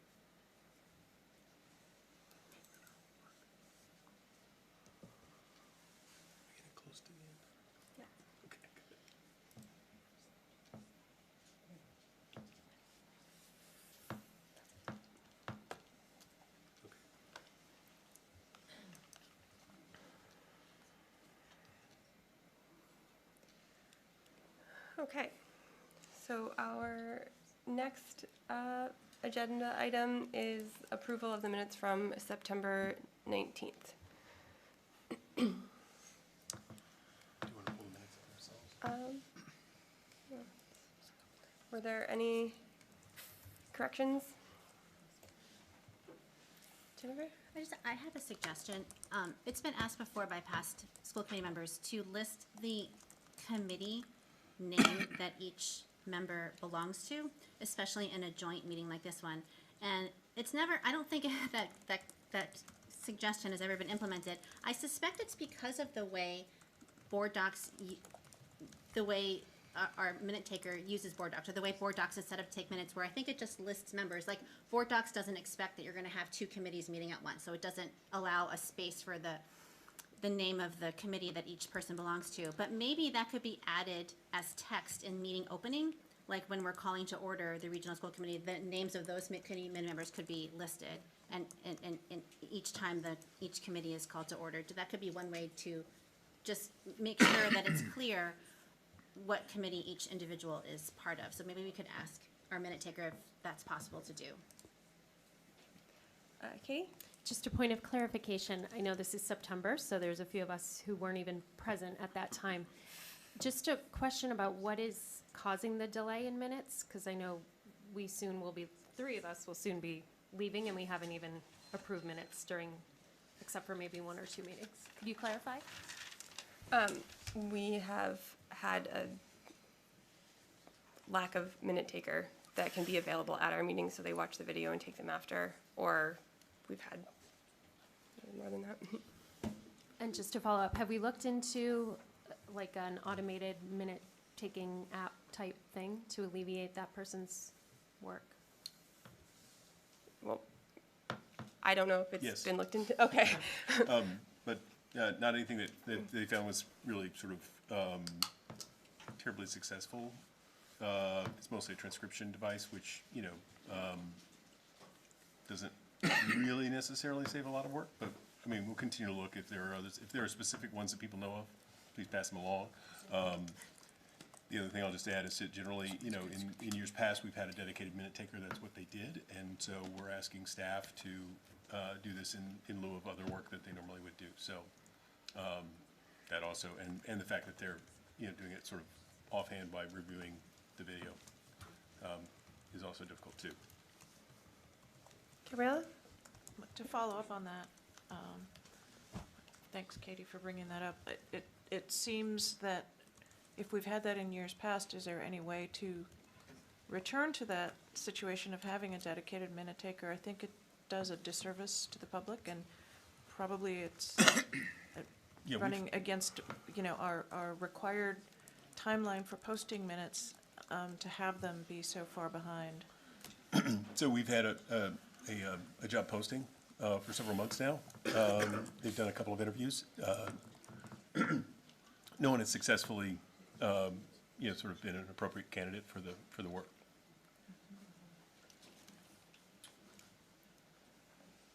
Were there any other corrections? Yep, Tillman? Under item 2, regarding a motion, it says it was pasted, but I think it was meant to say it passed. Since it refers to a motion, I think it's important that it has the correct word in there. Yes, sir. Thank you. Were there any other corrections? All right. So I will move oh my gosh. Accept the minutes, what? Adopt the minutes as amended for September 19th. Second. All in favor?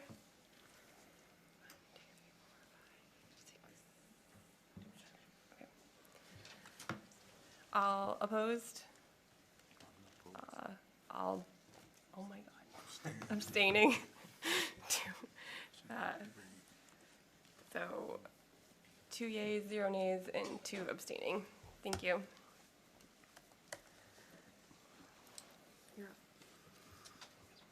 So I would like to call to order Union 26 School Committee. meeting at 8:05 p.m. So, the first order of business is the appointment of the interim finance director. Point of order. Yes? Does the Union 26 need to also approve the September 19th minutes? Since it was a joint meeting.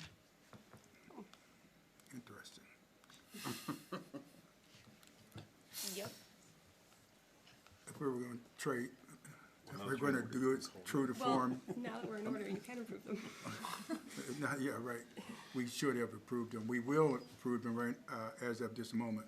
So, is there anyone who would wish to make a motion to that effect? Since we've already heard the minutes. I guess I'll make a motion to adopt the minutes. Do I hear a second? The minutes for December, whatever, sorry. As amended. Do I hear a second? I'll second it. All right, it's been properly moved and second.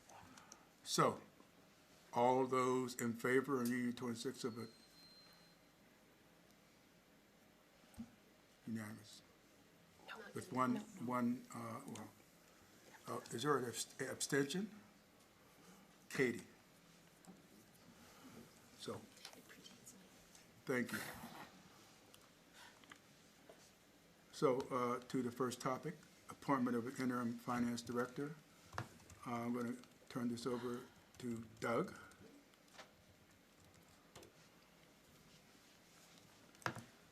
Sorry, just getting a couple things sort of pulled in place here. What we're really doing is the school business officially. So I've mentioned this at the last meeting. For the current year to provide additional support in the business office, we've asked two staff to be in a co-finance director role. In state law, the school business official is a singular title, so we do need to appoint someone in that role. That will be Shannon Bernacchia, who's seated right here. Shannon's right there. But as far as operationally in the office, we'll have Shannon and Kate Holcomb, who've both been with the district for a number of years, be co-directors as far as just daily operations and doing of tasks. We've also brought in some additional support in a title we've called a business office administrator, and that's Jennifer Eichhorn, who's sitting here as well. So it's Shannon, Jennifer, and Kate, left to right, as you look at them here. And so they'll share duties and responsibilities within the business office. I think the hope is that, it's an opportunity for growth for all of them and for us as a district, because, Jen's bringing some skills that we don't have as much of here. We've got some things that she hasn't experienced. Likewise for both Shannon and Kate, there are things that they've done over the years and some areas in which, they'll do some additional learning in the roles and responsibilities that they're going to have to carry over the course of the rest of the year. Attached to the agenda is formally the contract for Shannon, because she will hold that school business official title, and that is by state, I believe it's law actually, not just regulation, that you guys have that authority and that responsibility to appoint someone as a school business official. So this would be to appoint her in that role. This is her contract. It's a modification of her existing contract, so it has some odd, aspects of it. So when you see like base salary, it's, for the portion of the year that we're asking her to cover in this role. And then most of the rest of the terms and compensation, internight workday, paid holidays, those are all the exact same ones she's currently has under her existing contract, so there's no change there. It's really a change in pay for her and this additional title and responsibility. And so I'm happy to answer any questions. We're going to have Shannon talk in a couple minutes, so you'll actually get to hear her speak a little bit in a minute when we talk about some other things. So any questions with regard to this? Yes. Thanks, Doug, and hi, Shannon. So Shannon is a current full-time year-round employee, is that right? Yes, that's correct. And is the base salary listed on this contract, is that like in addition to her salary, or is that like what her salary is going to be for November 20th through June 30th? It's what her salary's gonna be. Okay. And just a comment, under compensation, it says to be paid in 26 equal installments, but it's only over 7 months, so does that? Right, that's Just a formatting sort of type of thing. You know, she anyone every that's 2 hired weeks. is 26, so it's however many pay periods are left between now and the end of June, basically. So it's just equally paid over the course of the year. We do biweekly, so we do 26 payments in a year. Okay, thank you. Any other questions for Doug? Anna? What is the difference between her current salary and the new salary?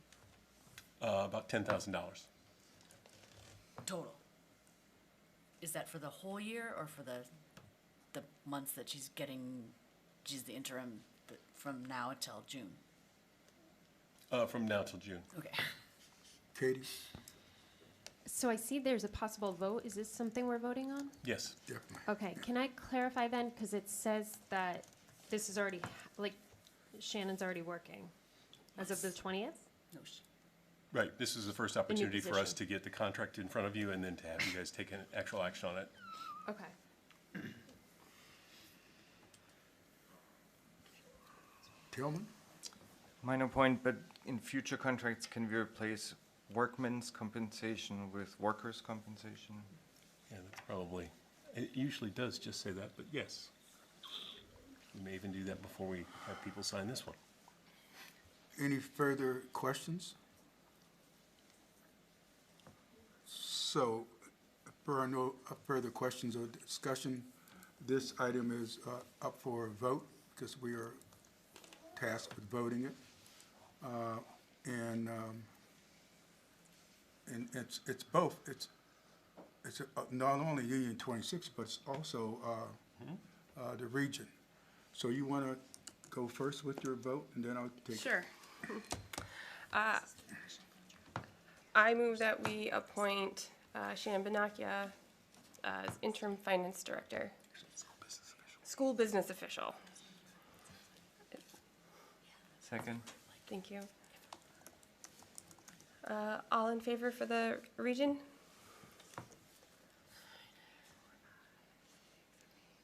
Thank you. Passes unanimously. So Union 26, can we have a motion?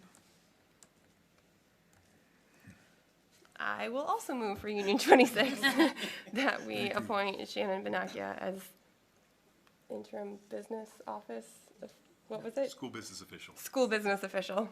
Second. No. Point of question? I thought we were appointing her as finance director. The official title with the state is school business official. Oh. But they're, internally, she'll be a co-finance director with Kate Holcomb. I understand. It's a bit of semantics around I language. thought the state one was the finance, okay. No. Sorry. All right, it's been moved and second. So Union 26, all those in favor? Any opposed? Any abstentions? It's unanimous with one person missing.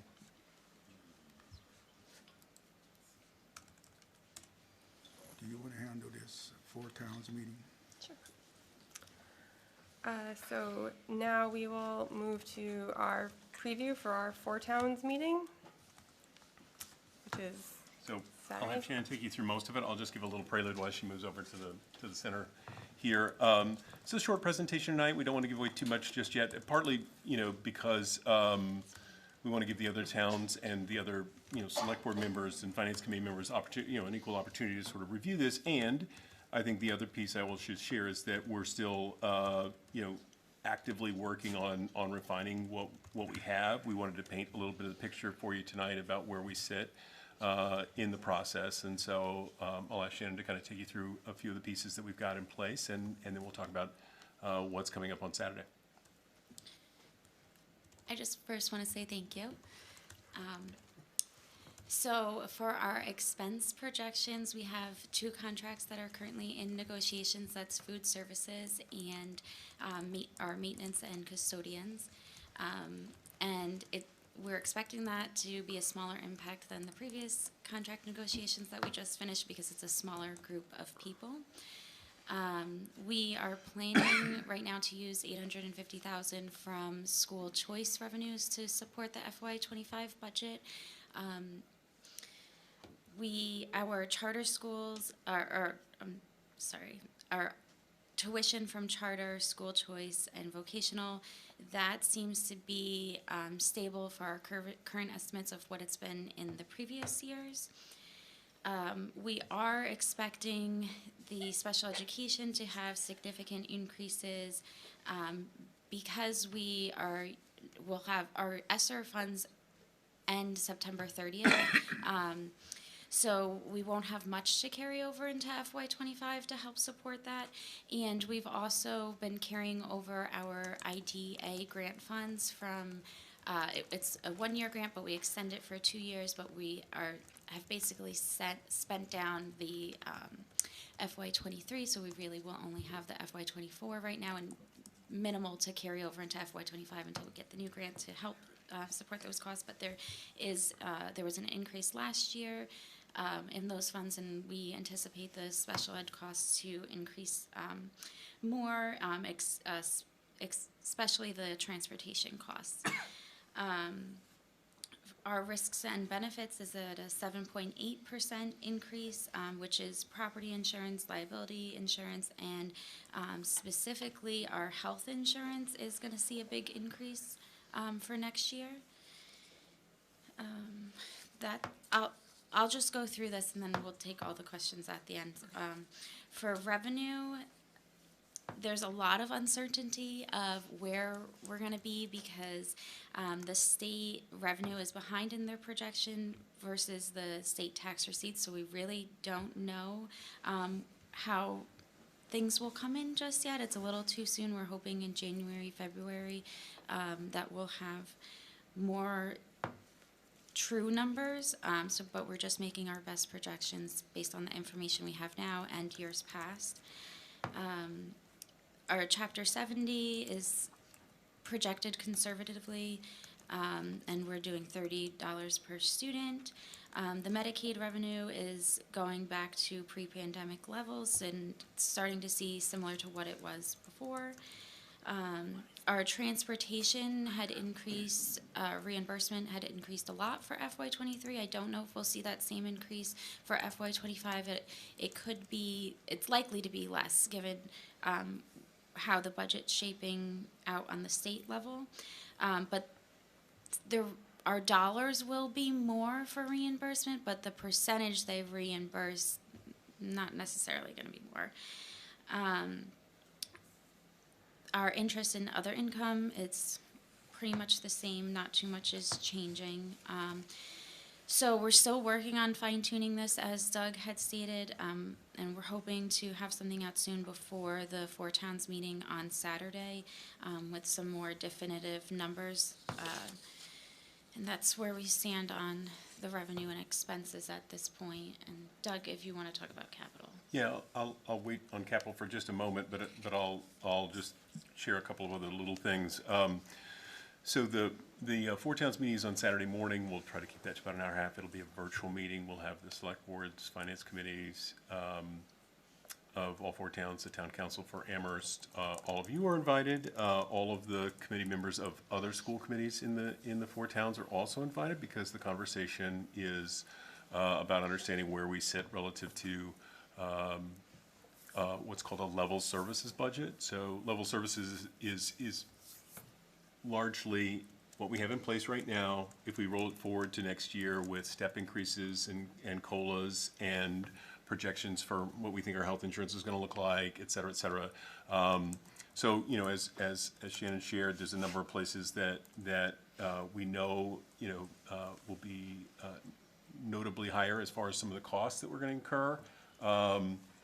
And some of the, sort of revenues and resources that we have available to us are diminishing. And, we knew this a year ago. We talked about it at in the fiscal 24 budget that we would experience a likely very difficult fiscal 25. And that's why I say we're taking, every moment we've got between now and probably Thursday morning before we send these out to everyone, just to have the best numbers we can, given what we know at this point. there is a lot of unknown uncertainty in what the state resources are going to be, how they support us.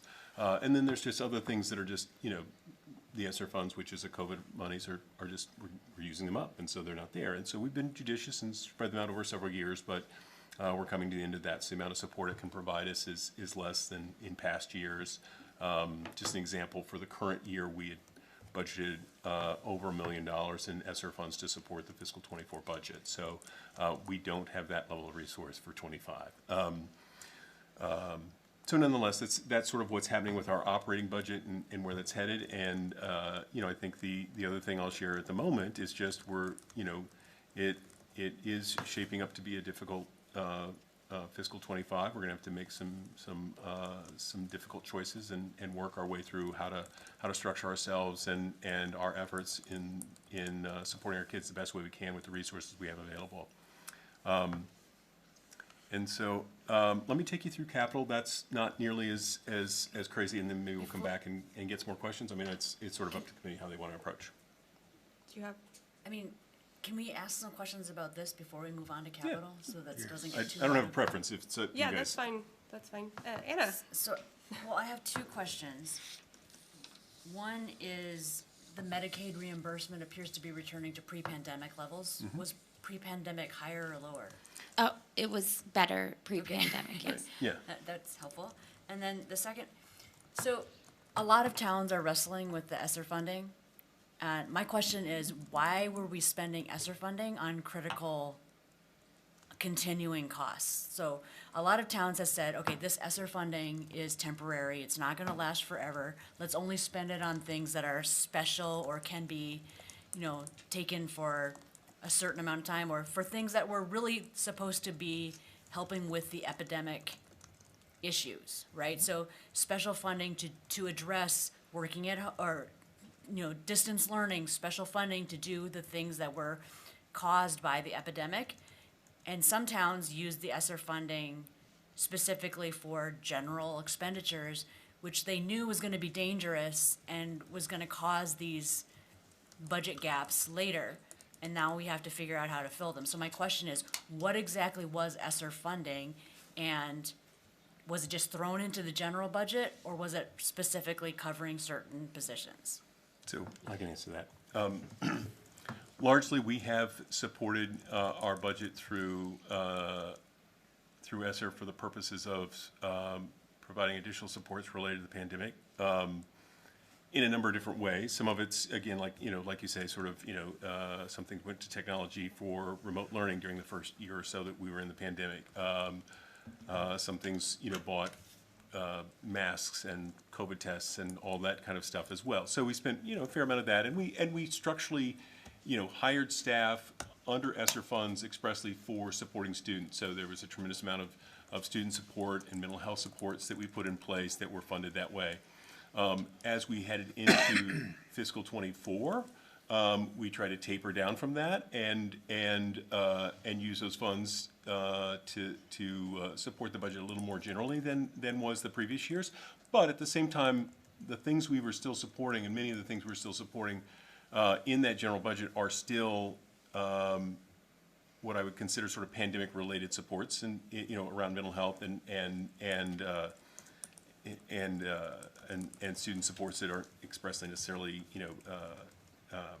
mental health, but, a broad-ranging number of things, so there has been, I wouldn't say it's exclusively that, so there are some ways we've supported our budget, that were more of sort of the general resources. I mean, but as an example, in special education in particular, our hand was sort of forced in some ways because, for example, in special education, it's called OSD, what is it, Operational Services Division, sets the price for certain aspects of special education. When they set the price for fiscal '24, the increase was 14%. That has that's not a number that any district can absorb. And so there is a supplemental budget that just got passed that's going to provide money to help districts. We're still sorting out exactly, I mean, they delineate sort of the, sort of how you qualify. one of the ways you qualify is to spend more than the previous year. Well, if you had a drop in students, you anticipate that drop in students. You know which kids are going to, graduate or move on or whatever.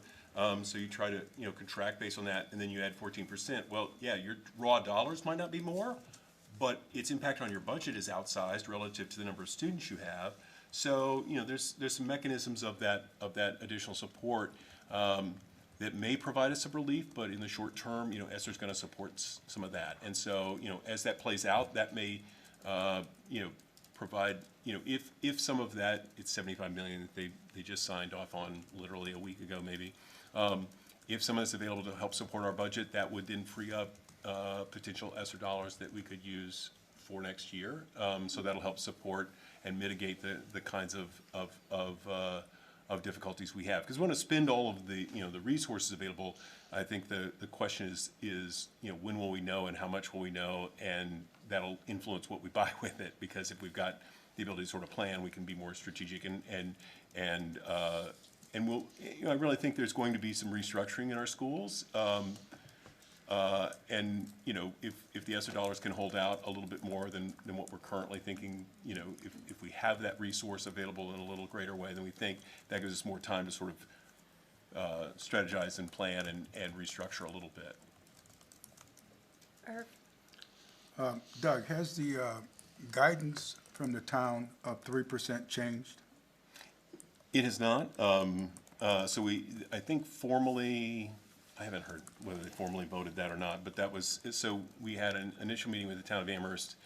They did a financial indicators report in, I want to say the 17th of November, but right around that mid-November, they suggested 3% for all departments, which would include the Amherst elementary schools, the regional schools, and all of their departments, fire, police, et cetera. I've not heard a change from that number. And again, they're making the same kind of estimates on revenues and expenses that we are. I mean, obviously for the town side of things, but they felt they could go with 3%. So that's still, the sort of frame in which we're starting this conversation. Leverett has also shared that for their departments, it's 2.5, I believe, I think. But, that's part of why we have the conversation on Saturdays is to check in, because with our assessment method, there's some guardrails that leave us at 4%, and with changing enrollments and the 5-year average of minimal local contributions, not to get into the weeds too much right now, but those things, as much as we use averages to try to mitigate spikes for each of the communities, especially the smaller towns, we still put in some guardrails to try to limit it to 4%, which still it's a really tough ask of any of our communities to go up 4% or. So that'll be part of the conversation with the group on Saturday. Is this a possibility or not, and how do you see that playing out? And we'll likely have, given that it's going to be a difficult budget year, I think we'll probably have certainly one more Four Towns meeting, if not more than that. We'll see how the resources of the four communities play out over the months as we get like the governor's report and more detail about our health insurance costs and those other pieces of everybody's budget start to come clearer. We'll continue to have those conversations, because it may require us to think of some additional or different solutions to get to where we need to be, and I think that'll be true in town budgets as well as in our school budget. Doug, isn't there a date in which the ESSER funds have to be expended? Is that going to be fiscal 27, or is that? So the ESSER funds that we have that are under our control as a school district, they all have to be spent by September 30th, 2024. So we'll spend out what we have by the end of September. I think the ARPA funds, which the town has, or the towns have a little longer time horizon. They have, but they have a deadline for commitment of the funds, but a little longer to actually write the checks. So they have a little bit longer horizon there. And again, that may be a way in which some of the communities want to try to soften the budget. It would be good to have that generally explained really well in terms of the expenditure of ESSER funds and ARPA funds, and when those funds have to be expended. I know we got caught up in it last year, where the town was really saying, well, go spend more of your ESSER funds, ARPA funds before you come back and ask us for any more money. So we need to be prepared for that same scenario this upcoming fiscal year cycle. Tillman? So what percentage are you aiming for the Saturday meeting? Like what percentage increase of the bottom line? What we're aiming for. Right now, and I think we've got some fine tuning to do. I mean, there's a number of things we've reviewed and we're going to keep reviewing and reevaluate. Right now, the overall sort of increase in expenses is about 6%, which puts us significantly behind our revenues, given what we've got for constraints as far as what the towns have given us as far as indications to date. So, you know, it's a pretty daunting sort of circumstance we're in right at the moment. That's why I say we want to try to make as good a set of estimates as we can. The thing I want to express to everyone is that, you know, we'll put the number out there on Saturday. There's a lot of unknowns, but we also want to make the best guess we can. You know, if we say it's X dollars and it's half that or it's twice that, that's a much worse place to be than it's a little lower, a little higher. And at this point, I'd rather be where we need to potentially reduce a bit more and then have that get better over time. It's a lot easier to say, okay, we don't need quite as much, then we need more. So we'll estimate in a conservative way in that regard. But I think we're, you know, we want to try to have as good a number as we can. It'll still be a pretty raw number in a lot of ways. There's just so many unknowns at this moment in time, and we'll see. So I hope that's helpful a little bit where we sit. May I ask a thought? So I can foresee that a hypothetical town would ask, what are your plans if we would need to get to the 3%? Do you have anything that you will discuss as potential options to reduce the percentage, even though we don't know the exact numbers, but is there a plan of action? I think that's, you know, that is always the work we do between the sort of first Four Towns meeting and, you know, we'll probably in the latter part of January, you know, there's typically 2 meetings in January with the school committee. At the second one, we'll have the first blush of the full budget. You know, we'll continue to refine everything between then, knowing what we know now. You know, we'll be having those conversations internally about what that looks like and how we are going to start to strategize, and that'll be part of the conversation when we come to. It'll still be in pretty raw form at that point.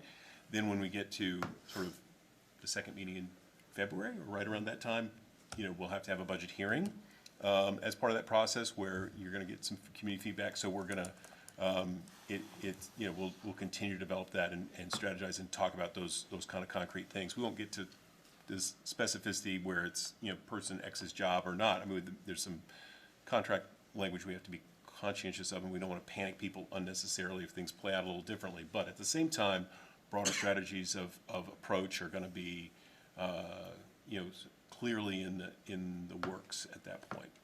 Thank you. Just to be clear,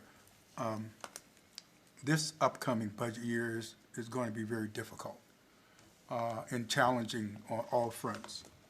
And I think that all of us need to be prepared for that as we go forward, and that when we start these budget negotiations and budget forecasts and budget forums, that we ensure from the administrative point of view and from the school committee point of view that we keep the public fully informed and also be as transparent and as real as possible, so that we can be on the side of saying we are doing what we can do with the resources that we have, and that message needs to get out there. We've foreseen this coming, and it is something that no one likes to be on the side of when you get to a budget picture such as this as we go forward. And it is not going to be a comfortable position for any of us to be in. Anna? Just had a quick question about allocations. Is the plan to just continue what we've been doing in, like last year, I guess, for the the contributions calculations for each town, keeping that calculation the same. Yeah, so the assessment, we're gonna hold the same one. I mean, that may be something, I mean, we've had the same one for, I think, 2 years in a row now? Is it two? Just two? Which was the first time in forever. It may be a year where we have to have a different conversation. So that's, I'm not gonna pick that first as the thing to do, because it's really difficult to sort of come up with plans. People broadly, meaning, representatives of the four towns have I think felt that it's worked well in the last couple of years.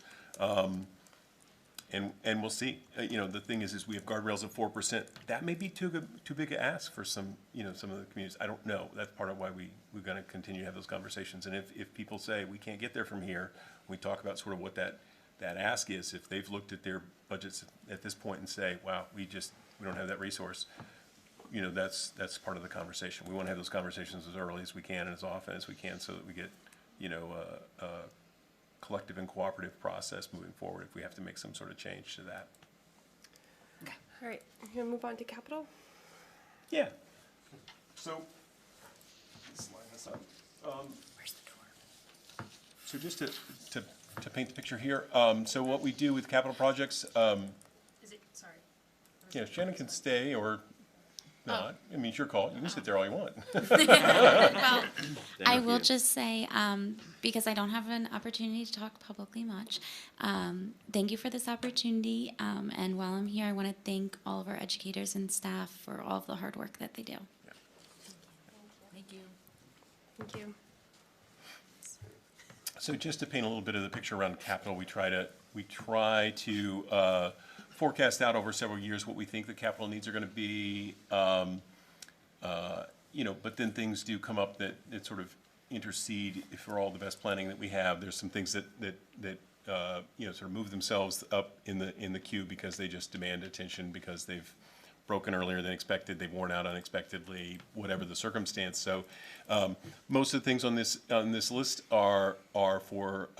were in our capital plan for last year for fiscal '25. There's a couple things we've tweaked in there. We try to make reasonable estimates of what we think it'll cost to do those kind of things, and we want to make regular investments in our buildings to keep them up and keep them functional and working well for our students as best we can. We'd love to spend a lot more on capital, and we're trying to strike the right balance here. This is a little more modest ask than we've had in the last couple of years. I think we're still catching up on some capital things from the last several years. We're trying to finish out projects and get some others started. So this is a slightly more modest ask. It's also, we had an authorization for debt for the roof at the middle school. We did a smaller project. We're going to use some of that authorization to fund that. So we'll be the debt was authorized 2018, I want to say, 2019. We haven't borrowed any of that, but we will borrow to pay those bills. They did that work this fall. And so that will be when we get to our actual assessment that we talk about on Saturday. This money here won't hit the books until at least a year from now in the assessment, or further in the future. But part of this is that we know we've taken on some spending around some existing authorization that will factor into the actual cost for the district. So this is about moderating that just a little bit. At the high school, we've got 3 projects. We've got some parking lot work that we want to do. They tend to break down over time. We try to. It's too big a chunk to do the whole lot, but we try to do a moderate amount of repair when we can. We try to partner with the town of Amherst when they're contracting for work. We try to piggyback on that to get a little bit. It's a cost-effective way for us, but we're going to try to do about $20,000 worth of repair there. Some sidewalk replacement we need to do, some heaving and breaking of concrete sidewalks. We're going to try to repair some of that. And then the other thing is, Summit Academy is in this building, and it has an exterior door that needs replacement and some regrading of the ground near that doorway to prevent moisture buildup, which has accelerated the breakdown of the door that's there now. There's also a separator device. I didn't know what to call it other than a security separator. It's a sort of roll cage type thing that separates part of the building from other parts of the building. And so that has, it's not functioning as the way it should right now, and so we need to replace that. So those are the projects here, specifically the high school. The middle school, you know, we're going to replace the bleachers. They won't be automated. They'll be manually adjusted, but we need to replace the bleachers or some of the bleachers at the middle school for sure. The south domestic hot water renovation.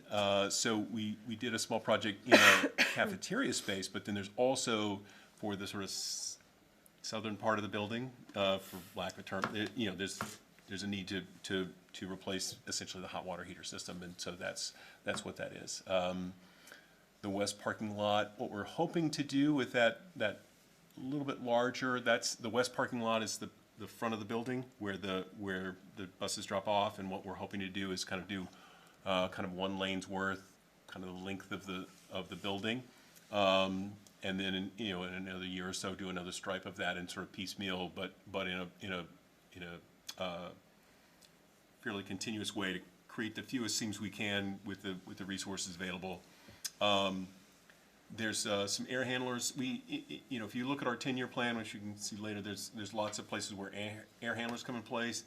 These particular ones that need, and this is one where the urgency is a little higher, the need to replace these is coming on us pretty quickly, is that there's a couple of air handlers for our pool at the middle school that need to be replaced, and there's a little bit of urgency there.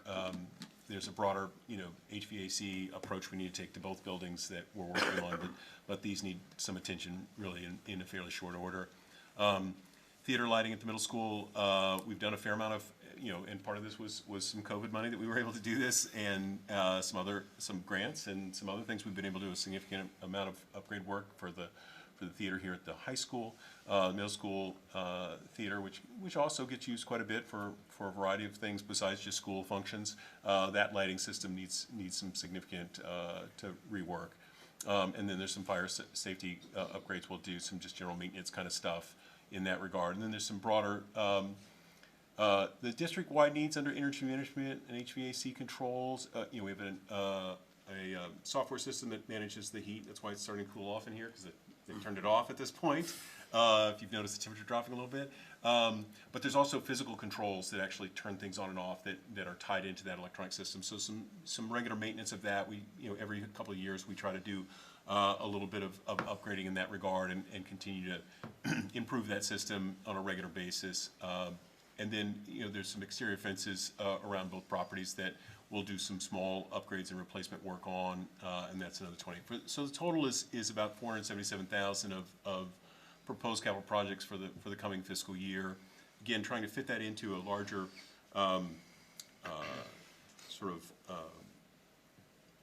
borrowing package and assessments of those capital costs to towns too. So we have sort of operating assessments that we do.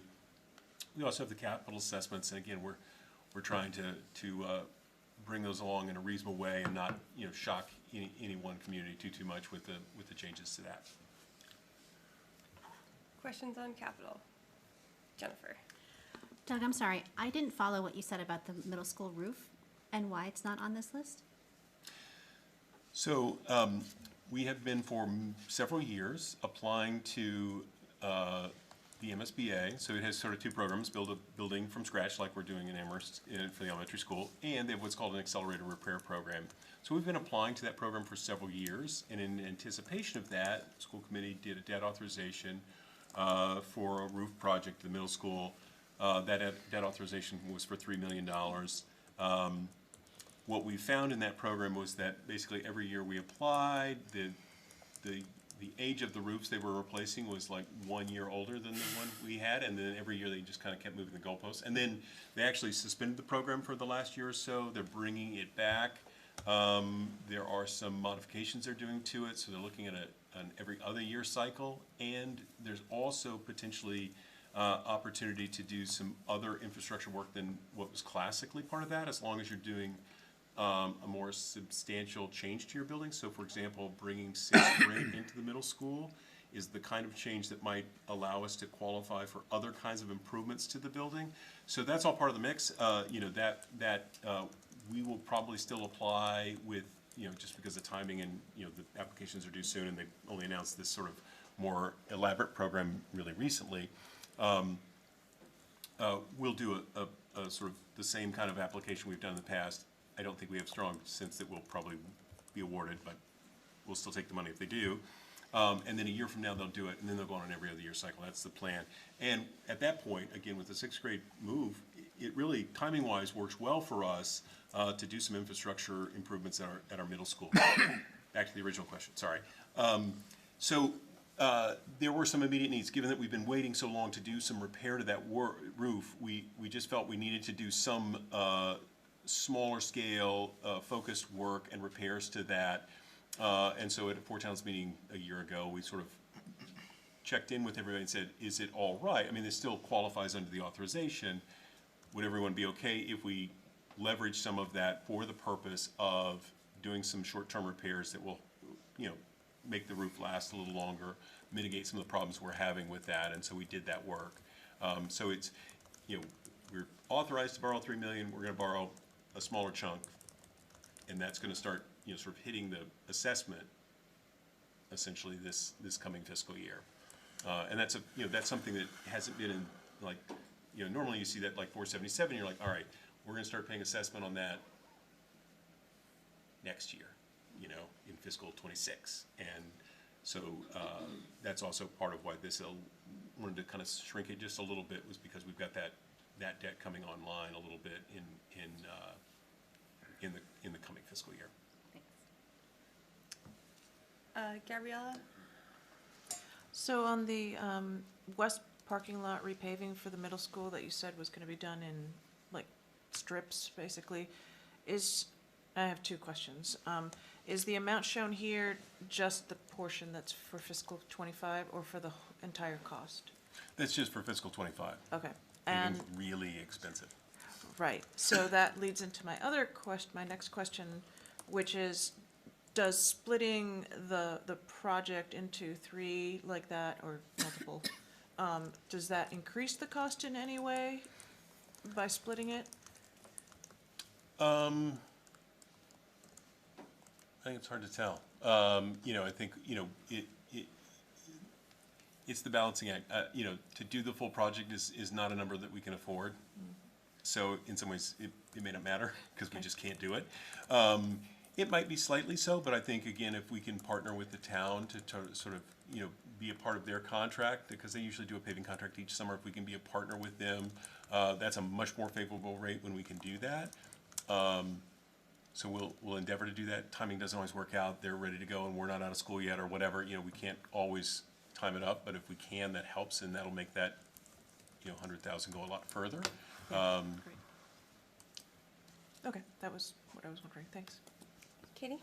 You had alluded to middle school infrastructure as a result of sixth grade moving up. That would be outside of the purview of a Four Towns meeting, is that correct? Like any money that would be needed to make changes, how would that fall under a list like this, for example? And if so, just wondering if it would fall under this FY 25 or not. It wouldn't fall. Woo, poster fell. Tape gave up the ghost. So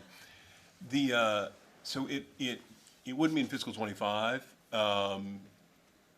Whether or not it would be a regional expense or not a regional expense, or how, there's a whole lot of different pieces that play into that. It might, it could be just, financial arrangements between the town of Amherst and the regional school district. It might be modifications to the regional agreement that might play into whether it can be on this, sort of capital plan or not. So I think there's a host of unknowns at this point. And that'll be part of the discovery process, not only what needs to be done, but how might we fit it into projects. Ultimately, the regional school district owns that building and has responsibility in cooperation with the Four Towns that are members to maintain that facility in whatever way that makes it the most functional. And if there's a single town that's requiring things, then that's part of the conversation that we try to have to keep it fair for all 4 communities. I think, I'm being vague and I'm, Yes. sorry. Probably good. But I think it's kind of depends on how things play out, is a short story. Because some of the choices of what we might do might depend upon how we fill the building with kids. Right, Irv. We have work to do on that issue. A lot of work. Just making sure it didn't have to be included. Right, any further questions on our Four Towns preview before Saturday? Okay. Just to clarify it logistically, when might, I see the agendas up there, but when might we expect to see the supporting documents? Oh, I think Thursday morning's the target, just because we want to give people, like 48 hours to sort of look through these, because they'll be a little more involved, and there'll be things, that we want to give people an opportunity to kind of look at it, because, Thank you. it's complex enough. Exactly. Some of these slides will stay kind of the same, and then there'll be others that go with them that have lots of numbers on them that you want to look at and think about, and we'll go from there. All right. Update from our. Point of order. Oh, yep. Could we have a break? All right, how about a 5-minute break and then we'll go back to our SNS? Thank you.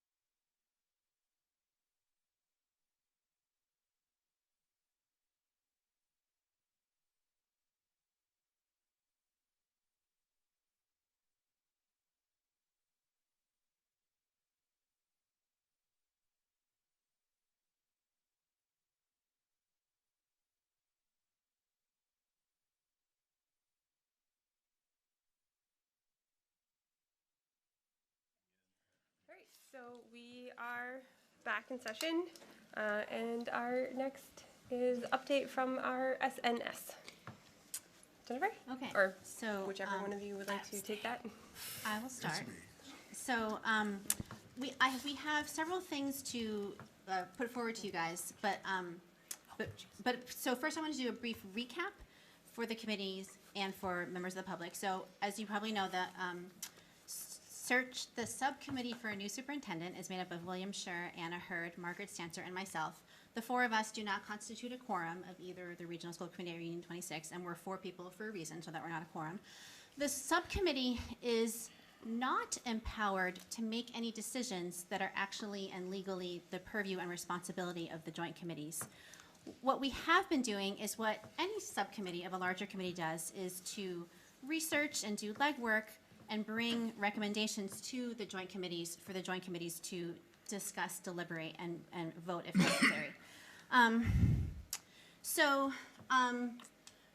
So as you probably all recall, we had an RFP for a search firm that was publicly posted. We had 5 proposals that were submitted by 5 search firms. We deemed 2 of them to not meet the minimum requirements. We reviewed 3 of them in detail, and we recommended one that these joint bodies voted on to approve at our last meeting. And I'll give an update on that status after we talk about this most important thing, which I think we should talk about first, which is the input to the search firm, which is McPherson and Jacobson, the input to the search firm on what the job posting will look like. So the SNS is going to meet with the search firm tomorrow evening, and that will be the first meeting with the search firm for us to establish the timeline, talk about important milestones, etc. The one thing that I did get from them is that a job posting is pretty high level and includes these sections that are in this document. And it's pretty high level for a reason. They talked about having a character limit for some of the advertising that they do. So they discussed these main sections. I'm going to pull it up so I can look at it on my screen so I don't have to turn around. And I think, so this should look familiar because the joint committees have looked at this before. We had a first look, and now the subcommittee is coming back to you for a second look.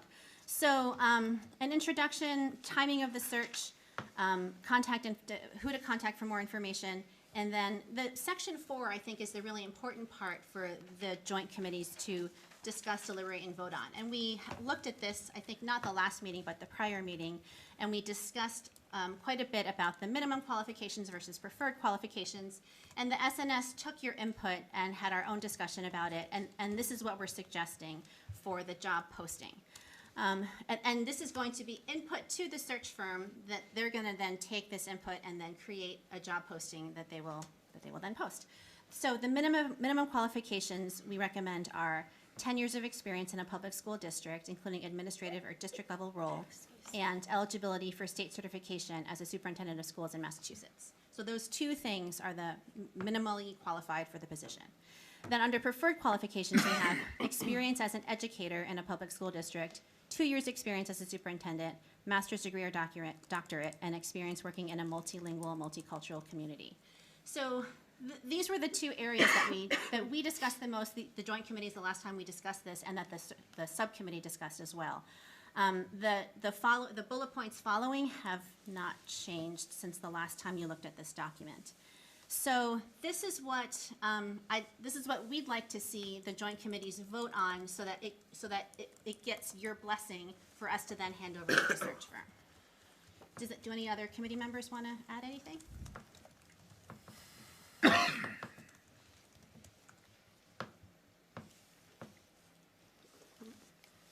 Okay.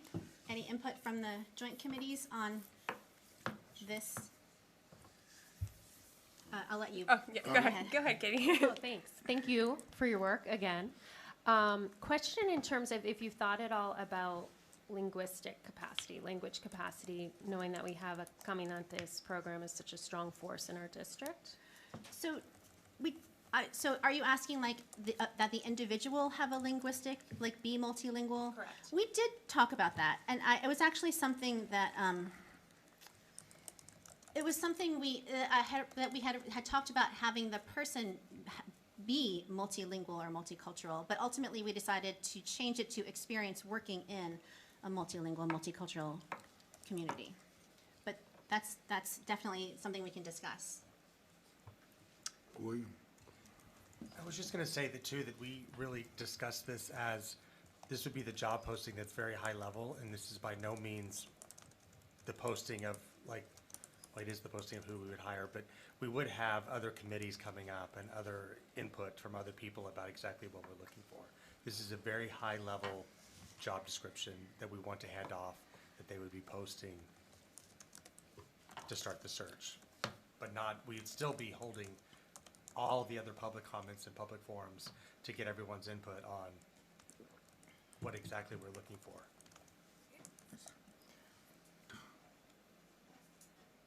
Am I calling in people or are you? Yes, Tillman. Thanks.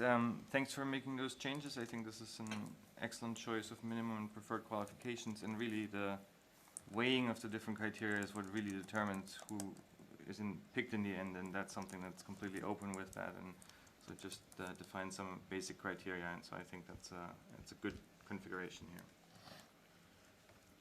here. Clarification for me.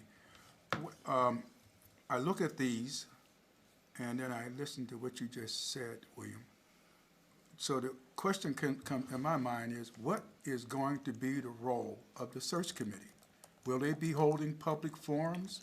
Will they be taking input in front of the public as to the qualifications, or anyway, it would be a question that I have, and because when I think about it, we have the SSS, we have a search firm, and then we're going to have a search committee.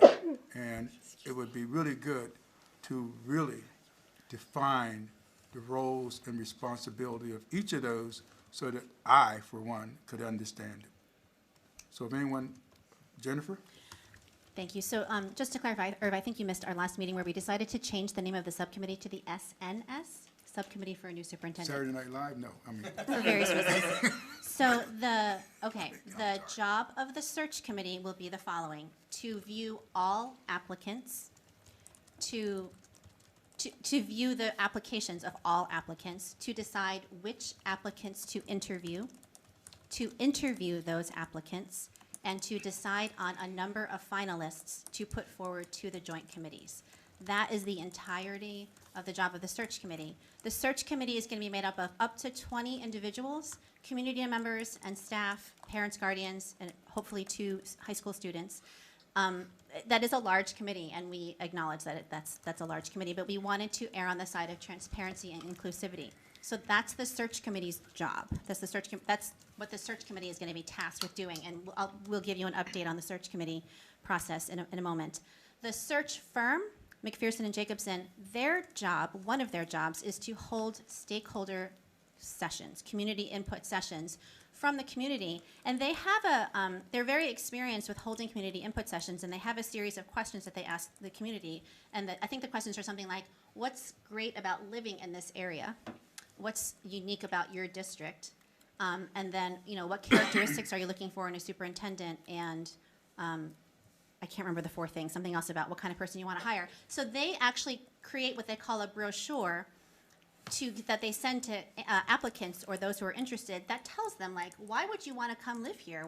What's great about living in the Pioneer Valley? What's great about Amherst? What's unique about your school district? So to sort of like sell candidates on what's great about our district, as well as they get input from the community as to what's important to them, what will be important to them in a new superintendent. So the search firm is going to hold those community sessions, and then is going to write up all the input that's collected at those community sessions, and hand it over to both the search committee and the joint committees. Because the search committee, as I said, is going to filter all the candidates to a number of finalists, and then our job as the joint committees, because that's our job, and our purview and our obligation, is to select the candidate to offer the position to. Did they answer your question? So the search committee is an interview committee, is that correct? The search committee is going to view all the applicants and interview them. So if we use the naming that we've used in the past, they're going to screen and interview the applicants. So they're a screening and interviewing committee. Is that what you're saying? I just want to get it straight. All right, Point of order. go ahead. 2 hours and a half have elapsed. Thank you, gentlemen. Yes. So, by rule, we have to vote. Somebody has to make a I motion. move to extend the meeting by an hour. Is Point that- of order. Yeah, half hour. The policy asks for half-hour extensions. Yes. Oh. Policy BEA. For each additional half hour. Oh, geez. Okay, then I move to extend it by 1/2 hour. Second. Well, we're in joint here, joint session. We're in Union 26 at this point in time. I think we're only, Joint. we're joint, Yeah. but I think only the region has been meeting for 2.5 hours at this point, so. All in favor of extending our regional school committee meeting by 30 minutes? All right, we'll be here for at least another 30 minutes. All right. I think I answered. I think I addressed the questions. I have a question. Sarah Beth, Go ahead. I thought you were just waving at me. Nope. Figure out what you were doing.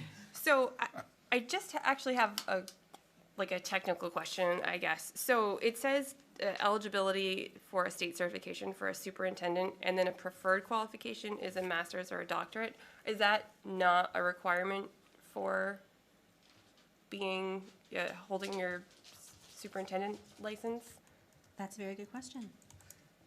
I'm not I don't I'm actually not know. suggesting that we rearrange anything. Yeah. It was like really just a question. Yeah, it might be duplicative. You need a master's? Okay. In order to be certified. In order to be certified, so Katie tells me that you Well, require. there's certain levels of certification, I should clarify, but they would, in order to have had 10 years, they would be certified, like, be 2 years, and they could have like a intermediate certification, but you would need a number of years. If you were to be employed for a number of years, you ideally would have already been certified, if that makes sense. The 10 years that you're seeking, it would be very hard to be in a district for 10 years without being certified, is what I'm trying to say. Okay, but I think the question was about the master's degree or doctorate. In order to be eligible for certification, do you already need a master's or doctorate? By 10 years, you would definitely have that master's in order to maintain your certification. What if you're not from the state? This state. The state. What if you're from out of state? You could ask your search firm what Oh, the different. Well, so. I just was curious. don't- It I doesn't don't- need to be a big discussion. I can Google it later. Okay, I mean, and if it turns out that you do need a master's or doctorate in order to be eligible for state certification, then that would be a double, it would be unnecessary, but it wouldn't. I don't think it's a bad thing to say up there. Yeah. Okay. Anyone else? So you want to continue, Jen? Yeah, I just wanted to check in. It looks like Katie has a question. Back to the degree, does it matter what the degree is in? We had an extensive conversation about this, and ultimately we decided to word it the way it's worded.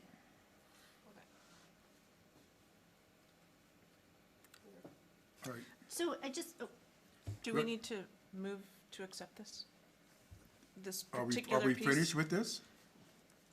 Is there, if we're finished, yes, Jennifer, I are mean, you I think asking for anyone a can, vote yeah, on this? so, well, yes, I think a motion to approve this would be great. I just wanted to check in, just to make double sure, is anyone uncomfortable or have any further questions or concerns about what you see in front of you? I'm sorry, because you may have explained it, but I was distracted. So in terms of this list, is it going to be amended by the community members who will be on this search committee, or is this set in No. stone? Well, if we as the joint committees decide on this, the search committee won't override it. Won't be, like, that's our decision to make as the joint committees. The search committee can decide how to prioritize some of the preferred qualifications and the rest of the bullet points.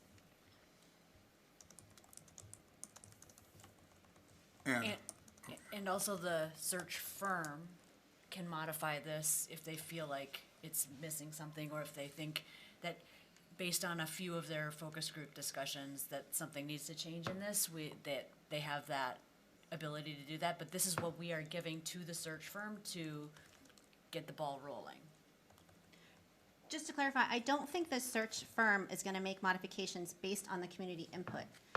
Because I think that, well, we're going to talk to the search firm tomorrow about the timeline, but I think we want to get the job posted as soon as possible. The search firm might say, it's not best practice to, I don't know what, or they might say, you don't need master's degree or doctorate in that section. Like based on their experience, they might suggest a modification. If it's a substantial modification, we would come back to the committees for that. But if it's something technical or something like that, then then we may not.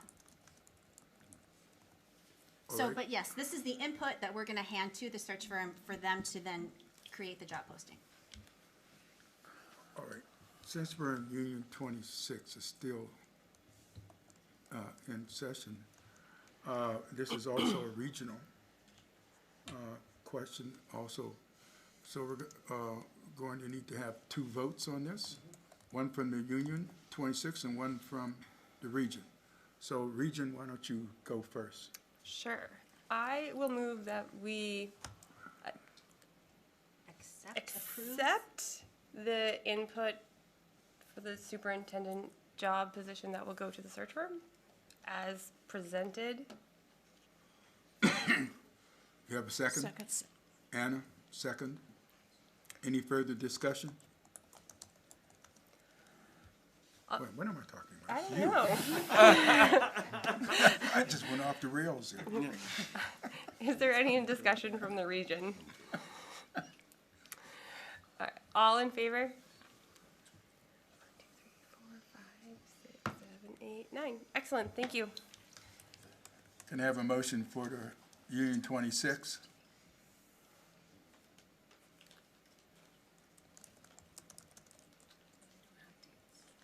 Are the Union 26 silent on this issue? Sarah Bass. I will make the same motion for Union 26 to approve the input for the job, superintendent job position to go to the search firm. Second. Any further discussion? We'll come to immediate vote. All in favor for Union 26? All opposed? 1 absent. Thank you.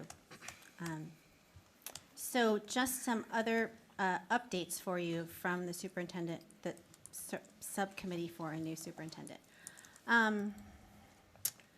We have the interest form for the search committee, thanks to Debbie Westmoreland and some school staff, has been now translated into Spanish and Portuguese.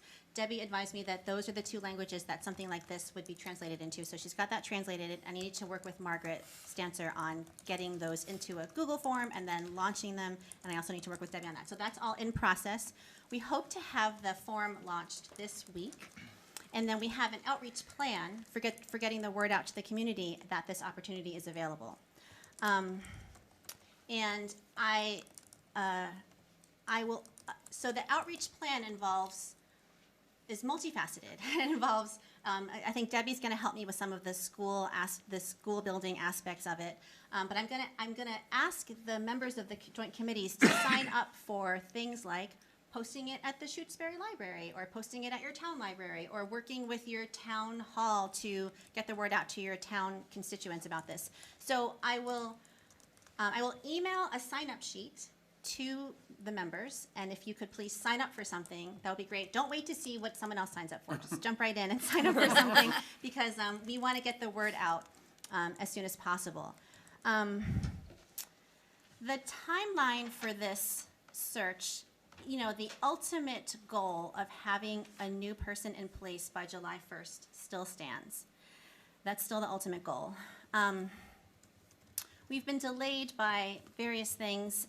We had wanted to get the search interest form out, a week earlier, but we've been delayed. Anyway, we're going to be meeting with the search firm tomorrow to discuss the high-level timeline. We're also going to be signing the contract with the search firm tomorrow. It hasn't been signed yet, but I just checked in with Shannon about having her sign it tomorrow.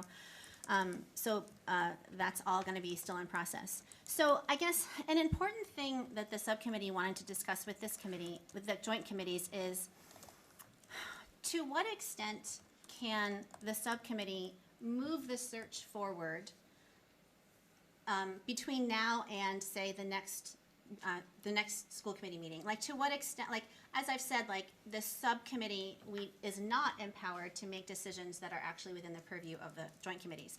And the two big votes that are going to be coming in front of these committees soon are in January. We're going to ask you to vote on the members of the search committee.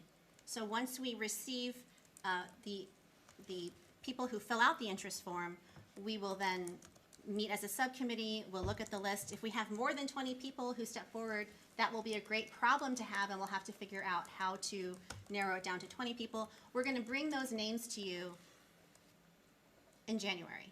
Sorry, I don't remember which January meeting. And the joint committees we're gonna ask you to vote on the membership of the search committee. That's one big important thing that the joint committees will do. And then the ultimate big important thing that the joint committees will do is to choose which finalists to offer the position to in the spring. Other than those big things, can the subcommittee make other small decision points, like discussing the timeline with the search firm and like figuring out what dates and what locations to hold stakeholder meetings and community input sessions, things like that. Like, if we have, I can't even really necessarily think of like specific things that I need to ask for, but like, if we want to move this search forward, and can we make some of those smaller decision points in between meetings, with of course reporting back at meetings what the timeline is or when the community input sessions are going to be. I want to both be transparent and allow the committees to have input, at the same time be a little bit more agile than only being able to make decisions every 2 weeks. And then after today, we won't have a meeting until January. So I don't know, I just wanted to talk that out with the committee as to what extent can the subcommittee move the search forward, other than the big decisions that the joint committees need to make.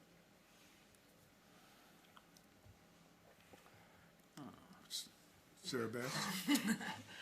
I think I am comfortable with the SNS and the search firm coming up with picking dates to hold community forums, right? Because we need their dates, right? We need to make sure that they can be there. And as long as we have enough time and enough time to share that information with the community and make sure that we have space for them to come be part of that.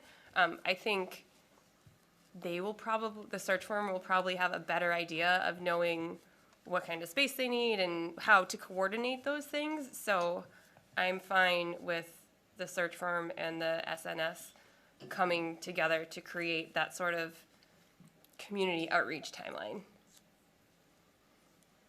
Great, thank you. Anything else? Do we need to vote on what Sarah Best just proposed so that we officially empower the subcommittee to have that power? Or is it understood by that suggestion that they do? I just don't want them to be questioned later in terms of if they follow through on doing those things. I think we probably can empower them, but I think if we want to be double sure, then we can vote to have that be a thing. Okay, well, I'd like to make a motion to empower the SNS to select dates for outreach in coordination with the search firm, including dates for public meetings. Second. All right, so that's all region. So is there any discussion? All in favor?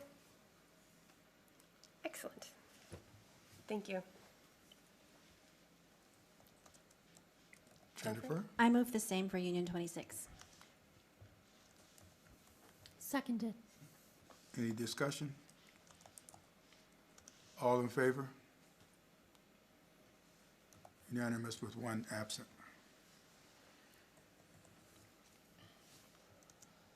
And I think that's it, unless I just wanted to give the opportunity to the other subcommittee members, if anyone wants to, if I forgot anything.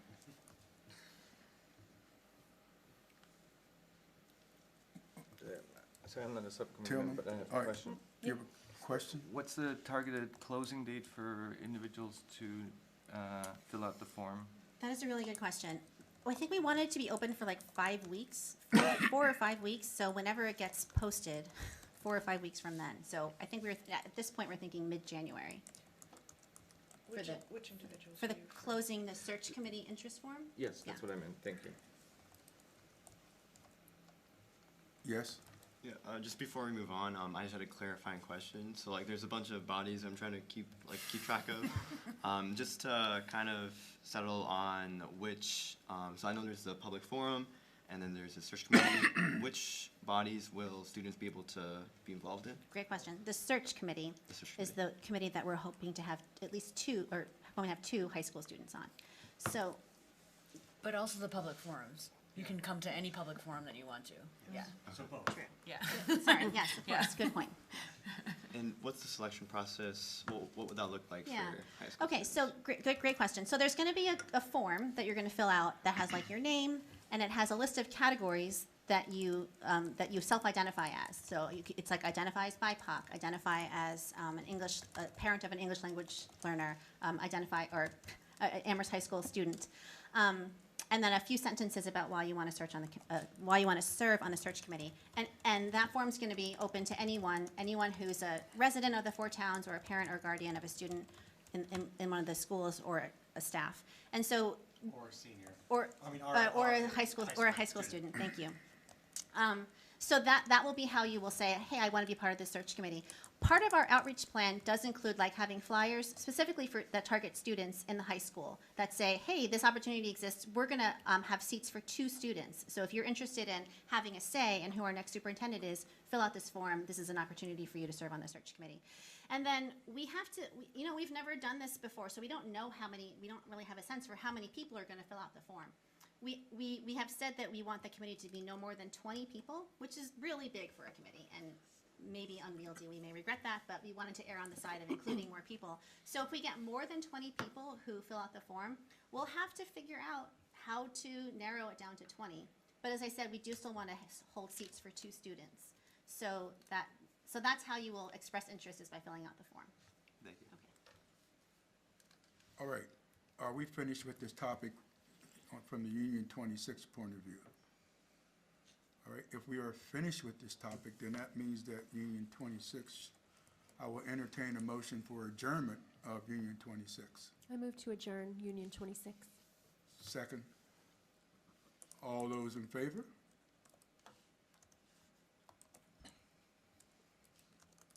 Thank you. All right. So now we are on to our superintendent update.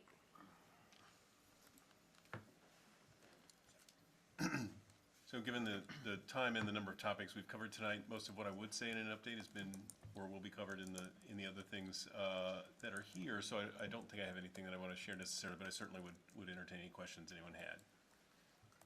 Jennifer? So Doug, the school committee has received several emails, which I know you've received as well, and we've heard public comment about an educator in the region. What can you tell us about that situation? Well, virtually nothing. So it's a personal matter, and as such is held private, for a number of reasons. And so it's both internally and externally that's held private in that regard as a personnel record. Secondarily, it's not in, and you guys know this because I've said it before, but it is not technically under the purview of the regional school committee. As we've said, there's about 4 positions that you guys have explicit authority around, one of which you did tonight with the school business official, superintendent, assistant superintendent, director of special education. This doesn't fall into that category, and so there's really not anything else I could add. Can I ask a follow-up question? Can you describe the plan for backfilling the position? So, had a very, very brief conversation with, indirectly, with Principal Sadiq about this. They and other administrators have connected with a couple of different people that have science backgrounds and are potential candidates for covering those science classes. And so I think resolution of exactly what's going to happen will be very soon, but still a bit in process because I think they're still having the conversations and how to structure best the circumstance and the supports for those new people. Persons or person. Anna? Oh. So this is the second staff member who has left or been forced to leave their position with no communication to parents about the disappearance of the teacher, causing students to not be educated for a substantial period of time. And I want to know what procedures you have in place to better communicate with families about absences of their teachers, and how you're going to address. So what I'm hearing from the community is a very bad communication plan. And a lot of this is not necessarily a problem with the administration, but it is a problem with communication.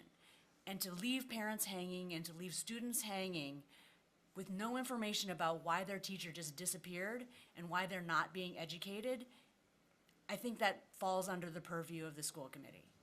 And I would like to know what your plan is to better communicate with the parents about these absences. So I think, some aspects of these kinds of circumstances are tricky because they do involve personnel questions and investigations and time, around that we want to look at and follow up and et cetera. I have been working with the building principal about communicating. We haven't yet, and I think it's been unfortunate. I thought we would by now. We had worked on some communication last week. Didn't get a chance to sort of close that loop. And so, that is unfortunate, to say the least. And again, I think we're asking, an individual to cover, 2 buildings currently, and that's, the kinds of thing where there's not enough hours in the day for that person to own that message and do it. That's not to say we shouldn't have communicated. I think, yeah, we should have. And I think there were questions and other circumstances of the work that have gotten in the way of that. But yeah, it is unfortunate. I don't disagree. Jennifer, did you have your hand up again? Sorry. No, thank you. Okay. Gabriella? So I'm well aware that the school committee does not have oversight over hiring, over personnel at the schools, except for 4 specific positions. But related to Anna's point, we do have some policy responsibilities. I'm wondering if you know of any personnel, teachers, this semester who were fired without a proper investigation of reasons for being fired. I don't think I can speak to that. Again, it's personnel, anyone who would or would not have had anything like that happen are personal matters, so I can't really speak to it. And again, just process-wise, in our contract, and this is abstract, just literal language of the contract, within the first 90 days, and this is across, I believe, all of our contracts have this same language in the first 90 days. It is a probationary period, and we can part company for any reason. and we don't have to give them one. So that's been in place. That is a standard, and we're not alone in that. That's a pretty standard circumstance. And so it doesn't have to be for cause, or doesn't have to be reason. It can just be, no reason, quite frankly, and you don't give reason. Once that 90-day period elapses, then, the provisions of contract and support around, in whichever contract any particular employee is in, once that 90-day period ends, then it has a much more formalized process through which it all must go. So I'll be as generic as that. And we take seriously as an organization, trying to be conscientious and careful about any and all, both hiring and release, circumstances. So there are a lot of factors we keep in mind when we do. I think I'll leave it there. Yep. Katie. I just also want to bring to light the nature of the 51A aspect of this, because I think there's larger repercussions that need to be thought through in terms of attracting people to want to work in the district when they might be in a vulnerable situation for 90 days. Knowing that 51As are commonly issued. They're not rare, because if you work with DCF in any capacity, fostering in whatever capacity, you're aware that that is of a risk in working with children in general.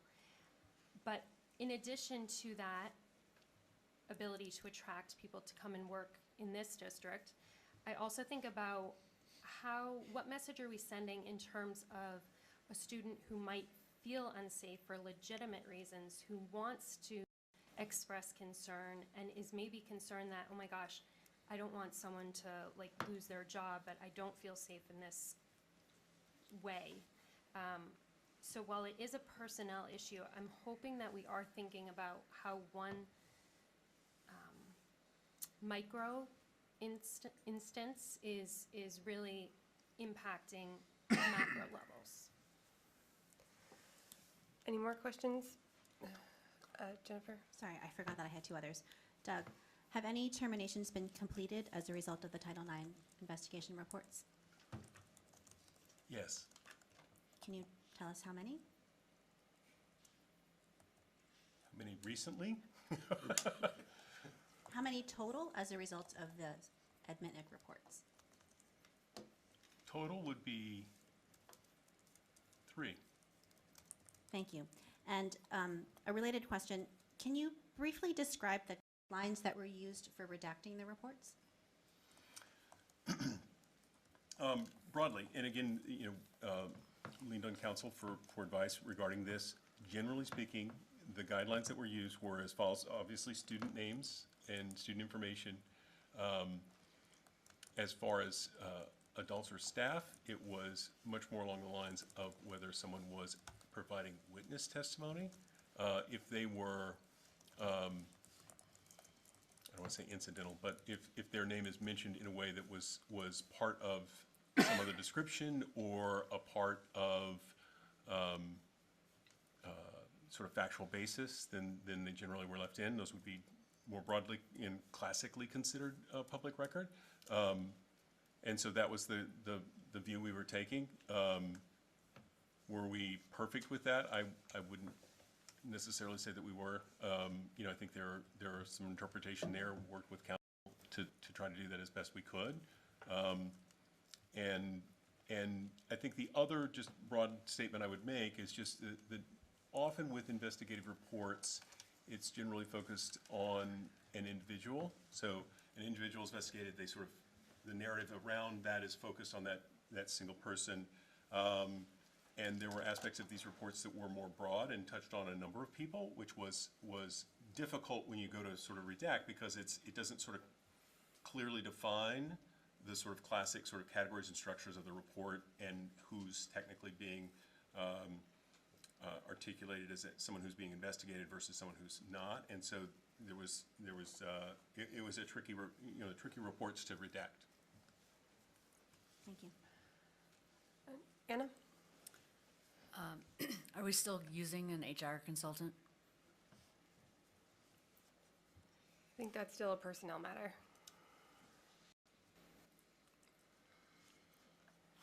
Yeah, I mean, I can answer that. No, is the short answer. Okay. Anything further? All right, so I do not have a chair's update. Are there any school committee announcements? Jennifer. I wanted to acknowledge that this is the last regional school committee for 3 of our Amherst members, Roger, Gabriella, and Katie. I want to thank you for your service to the community on the school committee. You stepped up to serve your community at a time when we were really in a pickle due to 3 resignations, and you were all selected in a rigorous, competitive, and democratic process. And you've each made significant contributions to this committee with your thoughtful questions, comments, and actions. I really appreciate the 3 of you stepping up at a difficult time and hitting the ground running, and for your contributions for the last several months. Thank you.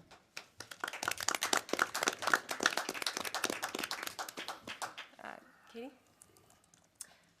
Thank you. I also want to I want to state, not also, but I want to state that the policy subcommittee,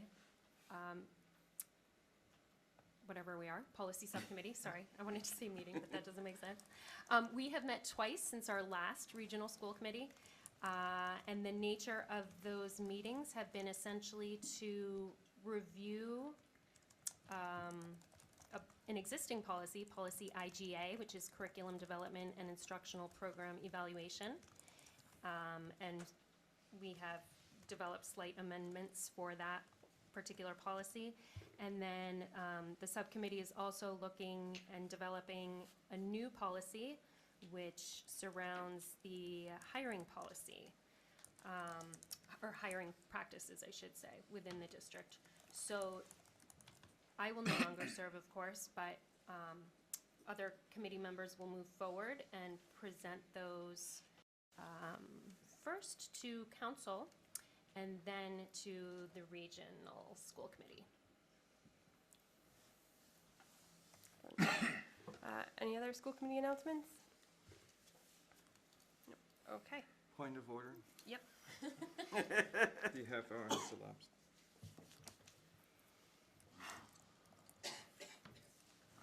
Make a motion to extend by 30 minutes. Second. Okay. Oh, boy. No. Oh, I wanna discuss. yes. Oh. Oh, Yes. I'm not voting. You would like to discuss? That's the next step, right? Yes. Okay. We have a substantial agenda item ahead of us, and we've already been at it for over 3 hours.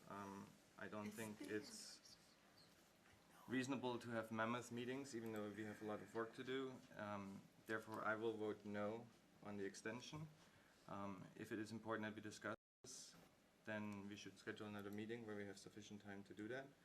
And I'm sorry to see that a sabbatical request, which has personnel implications, is so late on the agenda, and therefore might cause problems if we cannot continue the meeting. But it is nearly 10 o'clock.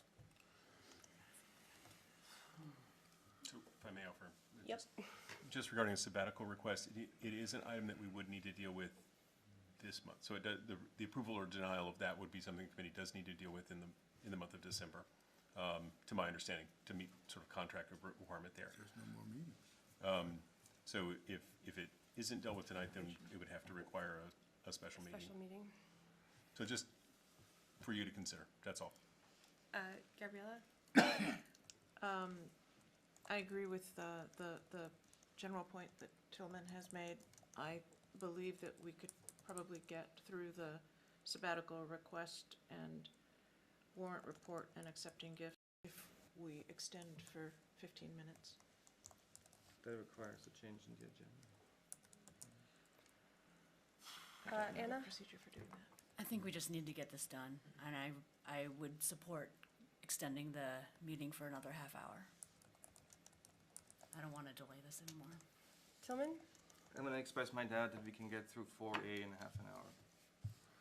No doubt about it. We cannot. Irv?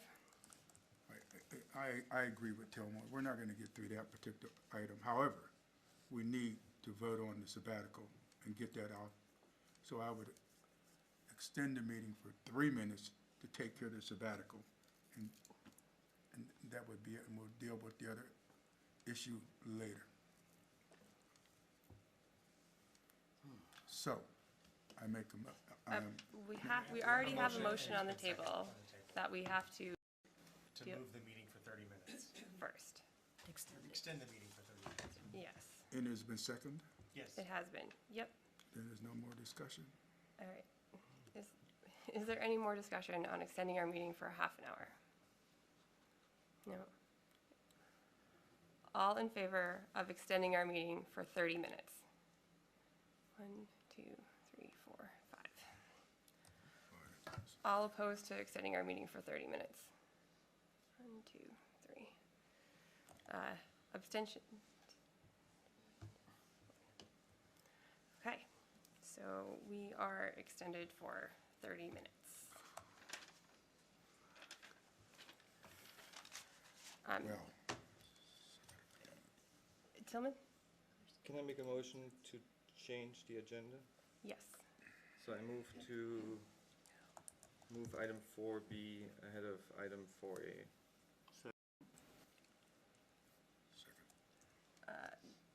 Was that Roger? It was Roger. Okay.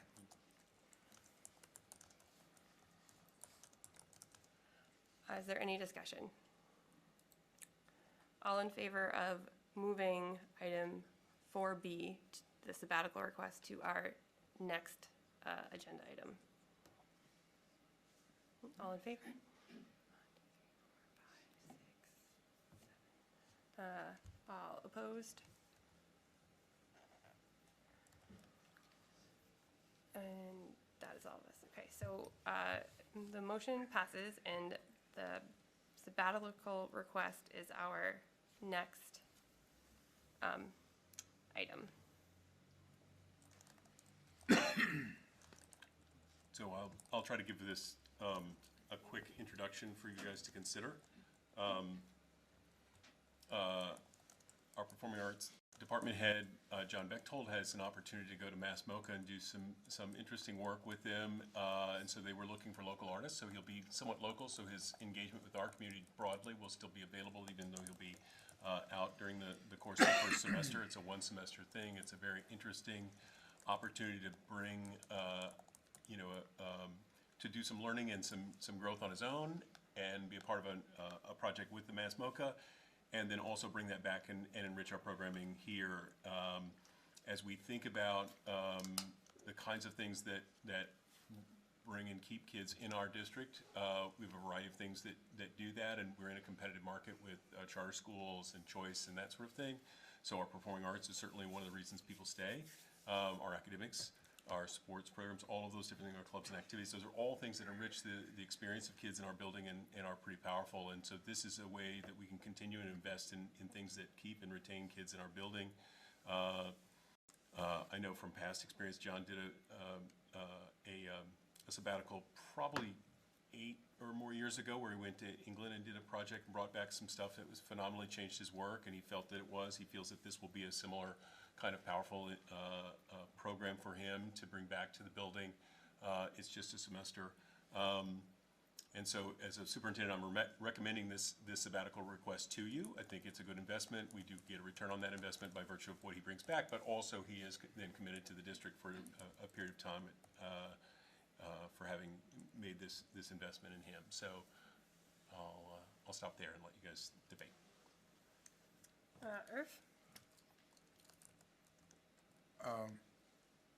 Actually, I just wanted to make a motion to approve this. It Second. Was that you, Jennifer? was Jennifer. The discussion? Katie? I'm just curious, how often are teachers able to seek a sabbatical?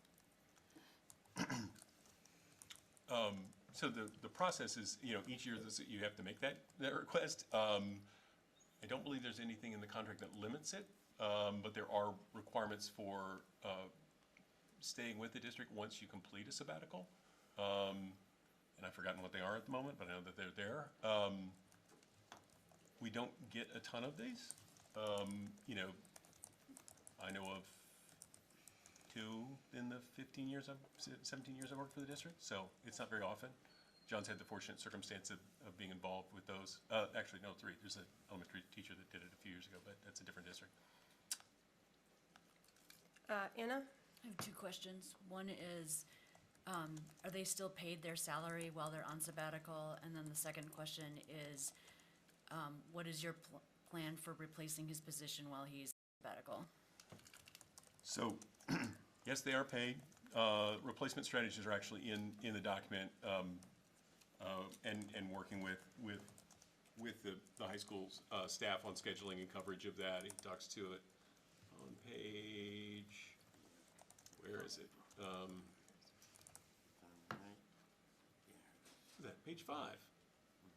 So there's a host of things that they're doing there, and so we'll probably try to leverage some existing staff we have, and he may also have some folks that he knows that work in the theater realm that could potentially come in and provide support that way.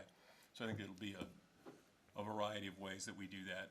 Obviously, if we can actually schedule it so that it lightens the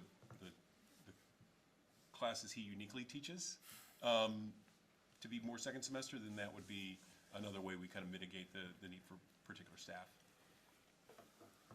Any other discussion? All in favor of approving this sabbatical request? Look at that. Excellent. It's unanimous.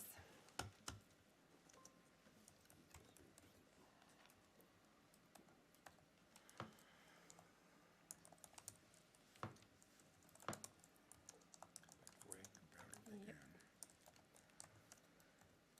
Okay, so we are now back to our 4A, the tabled motion regarding the debt authorization for the track and field project. Excuse me. So I am not in favor of rescinding this debt authorization. The way it stands now protects our money for this project, and if we rescind it, then that money is no longer protected, and we will be starting from zero in sourcing funds to complete our track and field project. So regardless of what the end product looks like, keeping our debt authorization as it stands right now keeps that project moving ahead. We cannot sign any contracts if we don't, as a part of the state, you are not allowed to sign contracts that you do not have funding for. And so we cannot move forward if we rescind our debt authorization. Irv? Yeah, I definitely agree with that. More so for the fact that why does it have to be now? We could rescind the debt authorization at any point in time. Why now? What's the urgency? Where does it get us? So I'm against this. I do not wish for us to rescind that debt authorization. There is no rush. There's no hurry. Just wait until the next year. New school committees coming, members coming on board. We'll have some more information, funding, etc. There's no. So why rush it? Why? There's no reason. Tillman? So I'm torn on this. I agree with the arguments about the concern of releasing the funds and then not even be able to pay the current consultants. I wouldn't know where that money would come from. At the same time, I personally think that the decision made by the school committee back at the time was hasty in the sense that a solution was aimed for before all the facts were available, such as final cost. There were, estimates. And I think it's important to signal to the community that we are willing to consider all options that are currently being studied. I also want to note that all the discussion that we're having here does not delay anything. The delay has come from us, from, the consultants not being hired. They're supposedly working on their contract, and so whatever we're discussing here doesn't really have any impact unless we remove the funding totally, and then we can't do anything. And so in the interest of signaling that we really are serious about this, but we want to wait until there's a time where we know exactly what we're asking for, I would favor tabling the motion again indefinitely until we have the answer from the consultants, so that we can then create one single debt authorization that has the final solution that we're trying to implement and the right amount of money, which we won't know until we have the full study. Gabriella? I have a question and a follow-up comment. First of all, when we had our discussion last week, one of the things that we asked for was to get information about how much money has been raised by the boosters from the fundraising. Do we have that information? So I reached out to the boosters the next day, and unfortunately they were not able to join us, and they'll not be able to join us until January. So we will have more information from them then. Okay. There was also a long... There was a letter yeah. that stated nothing about how much fundraising they've done, but the original motion states that there's a certain amount, 2.2 million, that has to be raised by January 1st, or January 2023. So I have no idea if that's been raised, and that affects what happens in the original motion.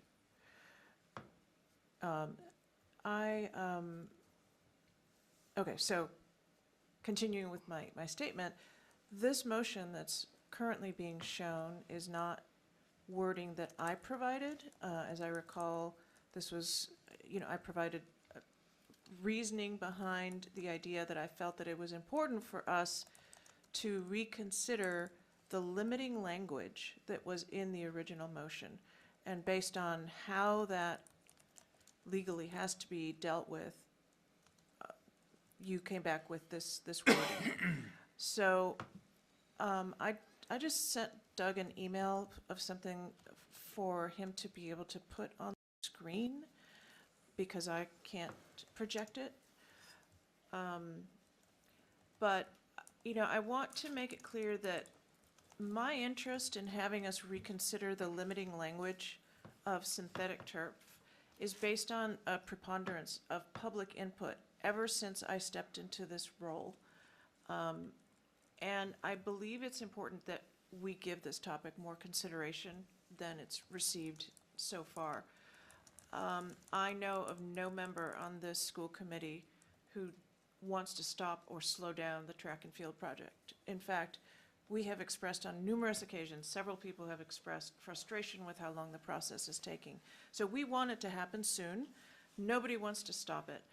I also want to be clear that all the members of this school committee care very much about the students of the district. Several of us are parents of students, either currently or formerly in the district, including student athletes. So it's not an issue of not caring about what they need and their safety, but of making sure that we make the best decisions. I know that the boosters have done an incredible amount of work, and I'm very grateful for that, for the countless hours that they've spent of their own time, both fundraising and reaching out to the public. So I want to clarify, when I brought up this motion, that it is to ensure that the district can make the best choices about the final options, based on information and products that were not available at the time the motion was originally entertained, and that would be available at the time that we have to make that final decision. So my interest is in simply releasing the limitations of the language. And I don't actually want to rescind our funding for it, because I don't want it to slow us down. I also don't think that there's anything in the project that that I would like to propose changing, except for providing a process for making a formal decision-making process that's about what specifically that interior field is going to be made of. There has been a great deal of public input into the school committee emails and at public meetings about their concern. So I think that needs to be weighed here.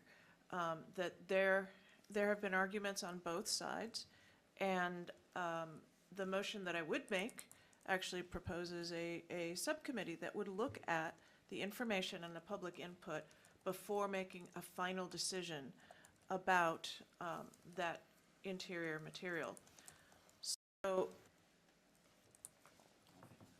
this rather unwieldy piece of text that's up here, you can't see, unfortunately, the yellow highlights.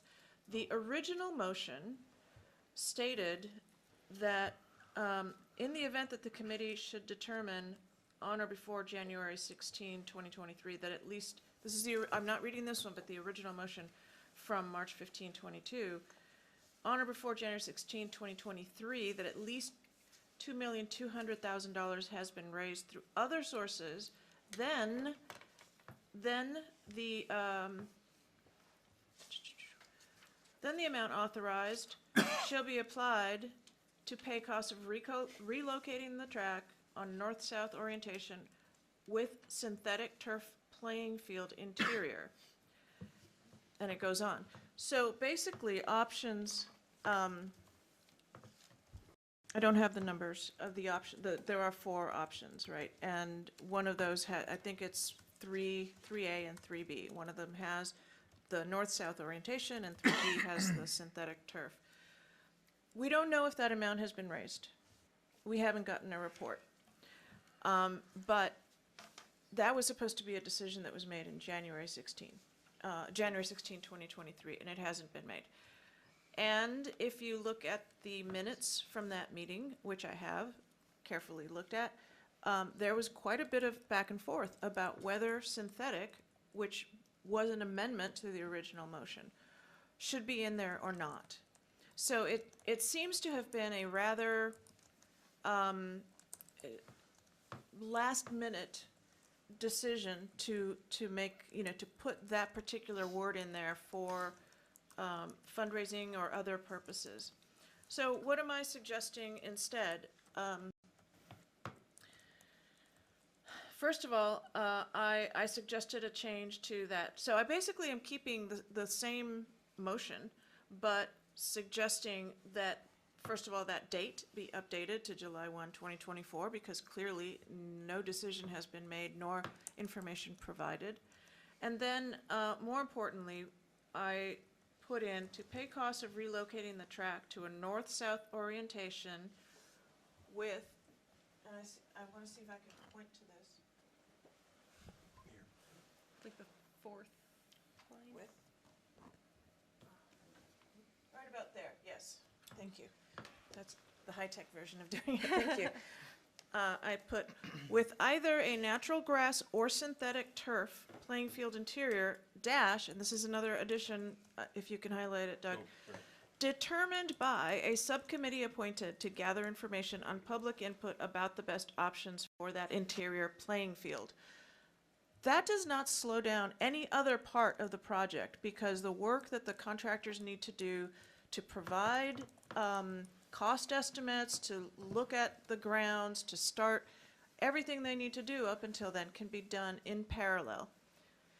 Now, all that said, I realize that there may not be any actual legitimate process by which I can make this kind of amendment to a motion that was voted on in March of 2022. The motion that you've provided the wording for under this agenda item is simply a motion to rescind. And I personally would be nervous about doing that for the reasons that you've stated, that it would be very difficult then to sign contracts, to actually do anything without having the money. And that is not my intent. My intent is simply to fix what I believe was a poor choice in the past with respect to limiting our options in terms of the type of turf. and providing a process by which that choice should be made in the future. I think it was Roger.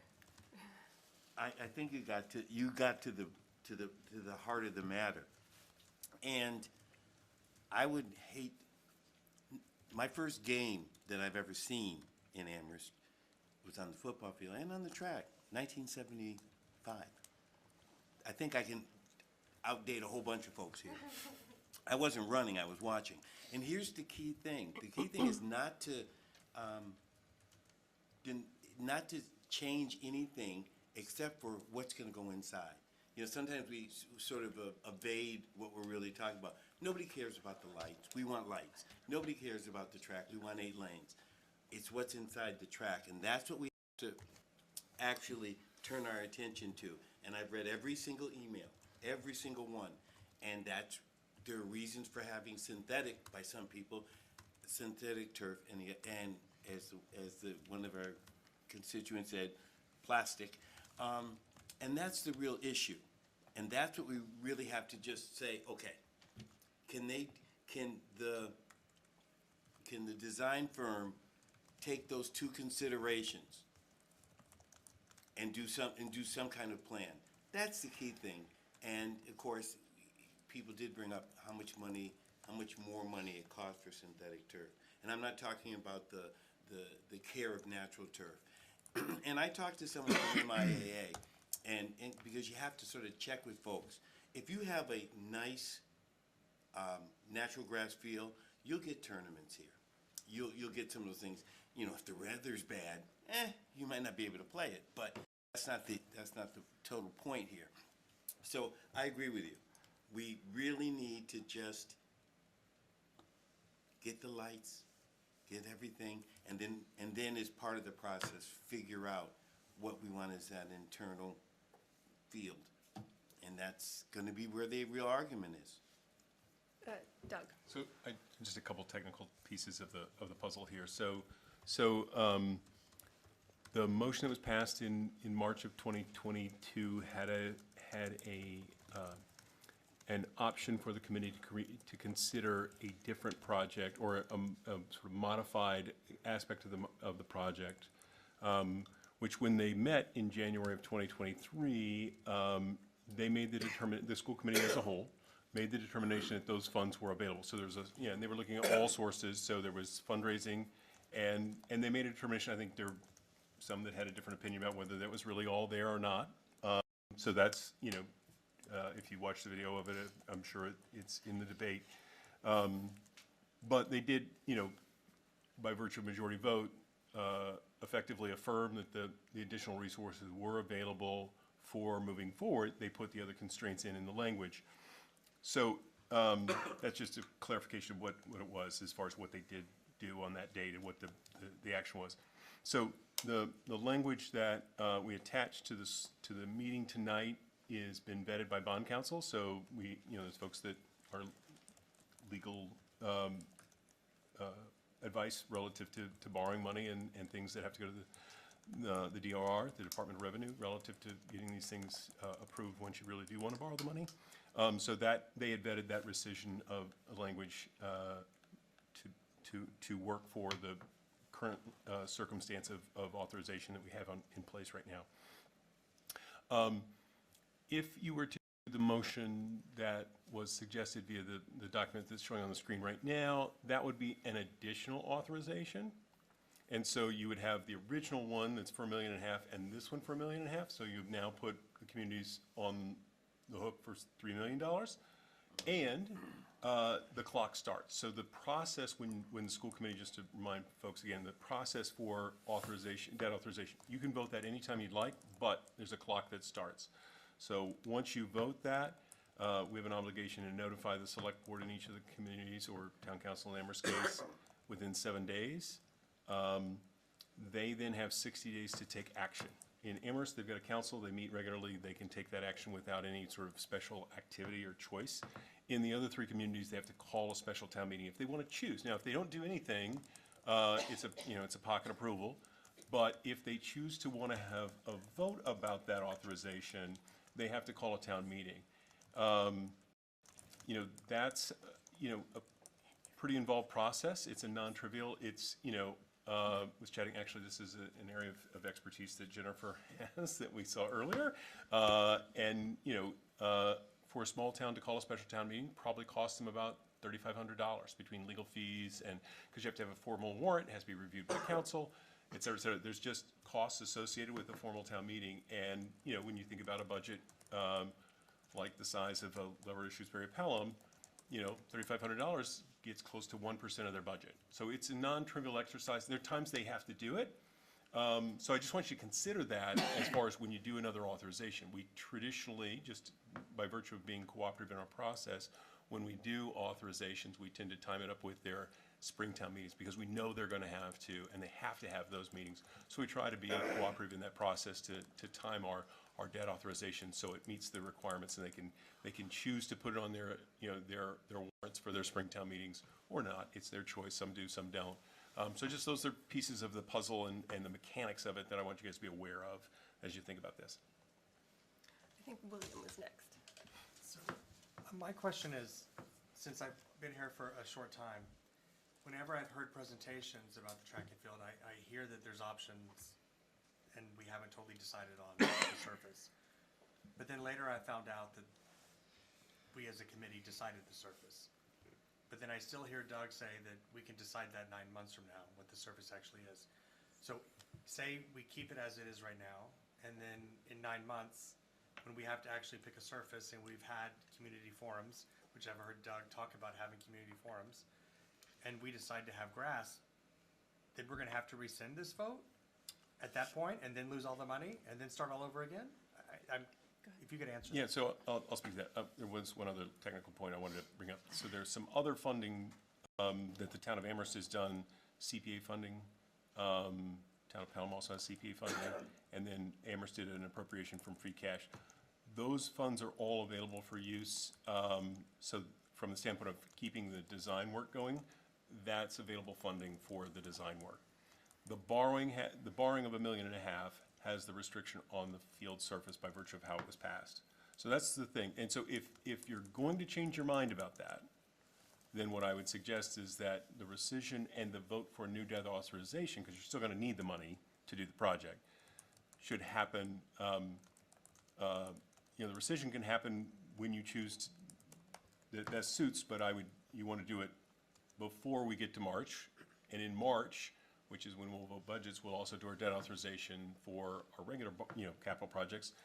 If we were going to change that, we would have rescinded it, and then we'd want to vote a new authorization that then meets with the schedule of the small town. So, debt rescission tonight, you could do it, you don't have to do it. There's a lot of different points of view about that. But you would before you switched it, and if you were going with a natural, if for whatever reason we want to either create broader options or to switch the option or whatever, if we want to change that language, it's currently restrictive, that would be best done in March for the cycle of Springtown meetings. Okay, so a follow-up question. I believe the last time you spoke, you said that we would have like 9 months before we really had to decide on the surface. And so if we did wait 9 months, then we would have to then call special meetings to rescind that because it wouldn't line up with March? Right. So what I would suggest is that, from a design standpoint, 9 months was, a few weeks ago, so it's less than 9 months now. But I think that, from a design standpoint, you could have up to that much time. I think from a practical standpoint, you will probably want to change that. And what you could do with the debt authorization is go back to more broad language that allows for either one. And then it's truly, a sort of, you've got the authorization with both options available, and, then it's a question of, what's the totality of funding you have, what's the totality of costs, what do you like, what do you don't like, et cetera, et cetera. So you can, there are different ways to approach it. So, if you decide to rescind and alter it to broaden your choices, you could allow for both to still be an option, when we get designers to that more mature place in the process. I have a couple more things. I called the finance, and I can't remember his name, of Pelham, and he had no clue that our debt authorization was only for synthetic. he told me numerous times that it had not been decided yet, and it was up for us to decide. So I think there's not even clarity as to what the towns think that they're getting, and it's just very vague. And I think maybe it's because the language was changed at the last minute, I'm not sure. But I feel like even my finance person in my town didn't understand what was going on, because he said the options were still there. So he's like, you don't need to rescind that debt because you have that option, which I don't think we do. I also want to say that I did email the Booster Club, and I just said, thank you for the information and spearheading this fundraising component. What is the amount that's been raised? If not a current known amount, please let me know the amount that was raised and accounted for, and when the date was that it was updated. They couldn't come up with an answer. In the email they responded to me, if anyone would like that email, I would forward it to anyone that wants it. They also told me that we have sidelined them multiple times, and that they had to cancel 2 events. That they were, we have an event underway via the generosity of a couple people. In Florence, we had to cancel an event we had planned on 12/14 in light of the recent proposal vote to rescind the March 2022 debt authorization, as well as holding off an event with Bank ESB. I'm not sure why they would have to hold off on events when we're trying to figure this out, and I don't know why they couldn't get us a number with 2 weeks' notice of some sort. Like, I have an issue with that. And if they were supposed to already have these numbers back last January, and people are saying that we did talk about it last January, and that we came up with this 2.2 number that we had raised, then why couldn't they send me those figures that they had from back in January and just say, this is what we have accounted for up until the last update we gave you? So those are my questions. So I will say that one of the things, when the boosters came to talk to us last time, is they needed a specific project to fundraise for, because it mattered who was going to give money. So because it was authorized at the synthetic turf field, that is what they've been fundraising for. And so if that changes, then that money is not necessarily available. But that was supposed to be declared in January, right? Because that was not the part of the vote in January when we switched it to synthetic. It was before in 22, correct? When we did the debt authorization? So in January of 23, when the school committee met, after lots of debate and discussion, we decided that they had met their funding. Based on what, though? They came and did a presentation for us. But why couldn't they give us those numbers now? Like, I just don't understand. I don't have answers for that, but that is what happened last time. Point of order. Yep. Go ahead. Time up. Okay. You can come to an immediate vote on whatever. Anna? I move to extend the meeting by 30 minutes. Second. Tillman? As predicted, this is a complex topic. I think we should have a proper meeting that has this as one of the first agenda items so that we can sufficiently discuss it and have all the people there who need to provide input. And I feel that this is being rushed right now. And with the motion on the table, it's clear what our intent is. And therefore, we shouldn't continue this meeting after it's been extended twice. Is there any more discussion? I support that because I really don't know what the motion is, given that there were some changes that were made, and so if there were changes made, what is the motion? Is the motion that we came in with that was posted, or is it a different motion? Anyway, I support what. Is there any other discussion? I guess I would say, is there a time where we could make a special meeting? If we were to say we can't continue our meeting tonight, could we put a date on the calendar when our next meeting is prior to the January meeting? Our next meeting is January 16th. What is the rush? What is going to occur or not occur if we wait until January? If we don't wait until January, what is going to occur between now and that meeting in January that would forestall anything, stop from something from happening? What is it? Because I think our agenda's gonna be full for the next meeting, and so it'd be nice to be able to actually work through a whole agenda at one of our meetings, so then our next meeting, we can move on and start with the new and fresh information that's coming our way and what we have to deal with. But you can put that as at the top of the agenda for the January meeting, at the very top. Our next meeting is currently scheduled for January 9th. I understand. So, Anna? I agree with William. I think that we keep pushing stuff down the road and it's not helpful, and we just need to bite the bullet and get this figured out. Is there any more discussion on extending our, Gabriella?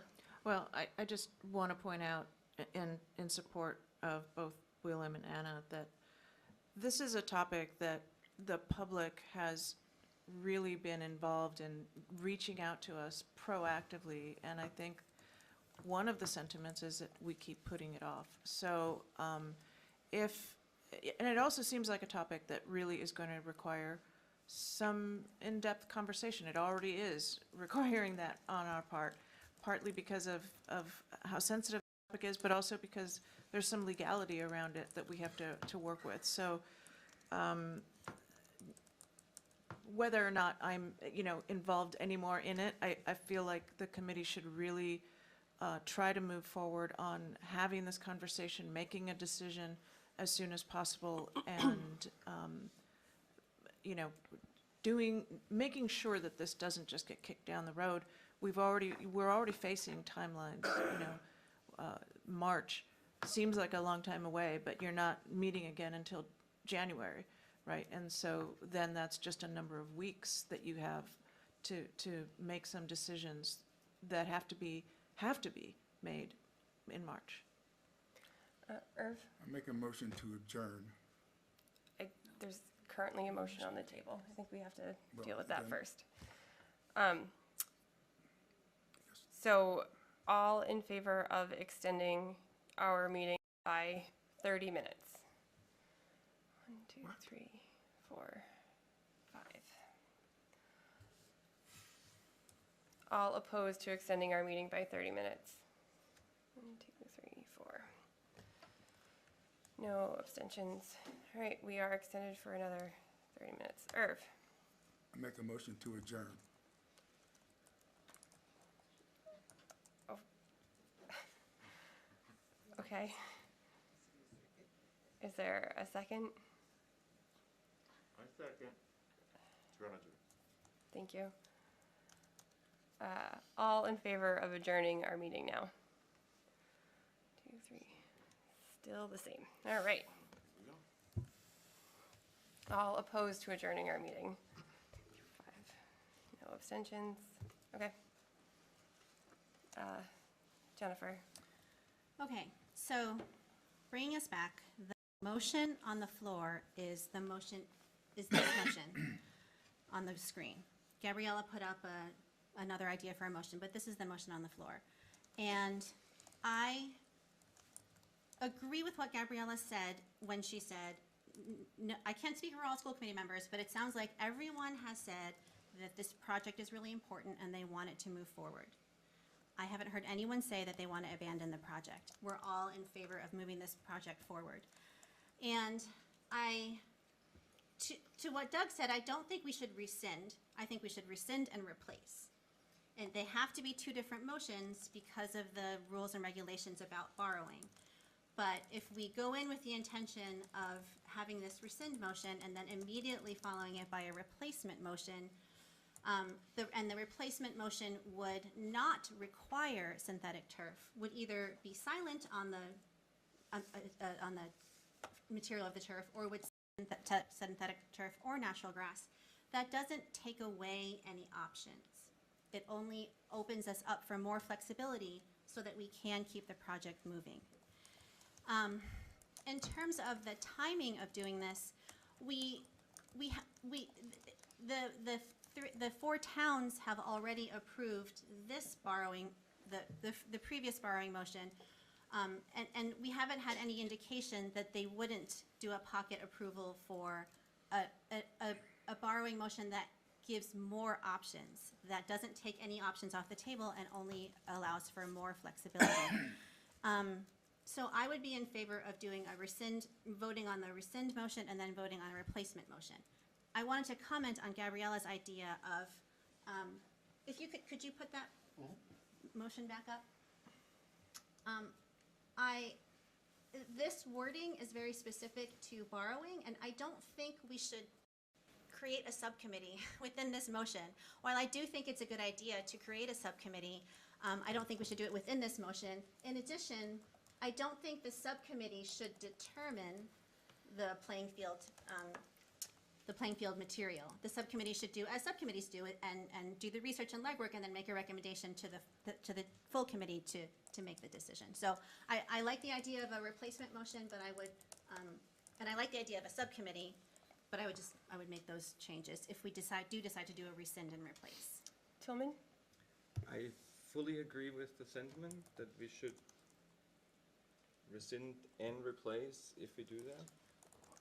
I would like to see a replace motion that has been cleared by legal, that captures our intent and is bulletproof, so that we can be sure that we retain the funding that the towns have committed to, and so that they don't see any concerns in giving the pocket approval if you're doing it well before March.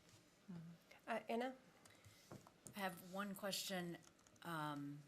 Is it possible to make a motion to replace, so to put forward a new motion that asks for the same amount of money, and then in that motion have a clause that says, and if passed,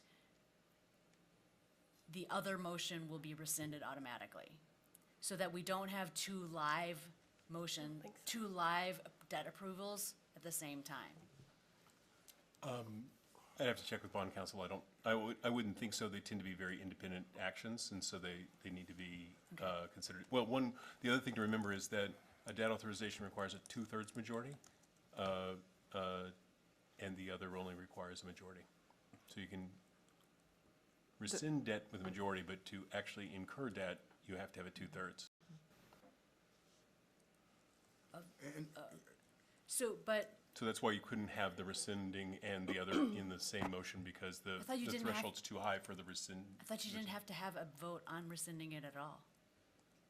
If you don't rescind, then you've authorized two different amounts of debt, so they stack on top of each other. The rescind is a motion, it's a typical motion. I thought that the school committee could rescind the debt authorization. Oh. Yes. Without a vote. From the town.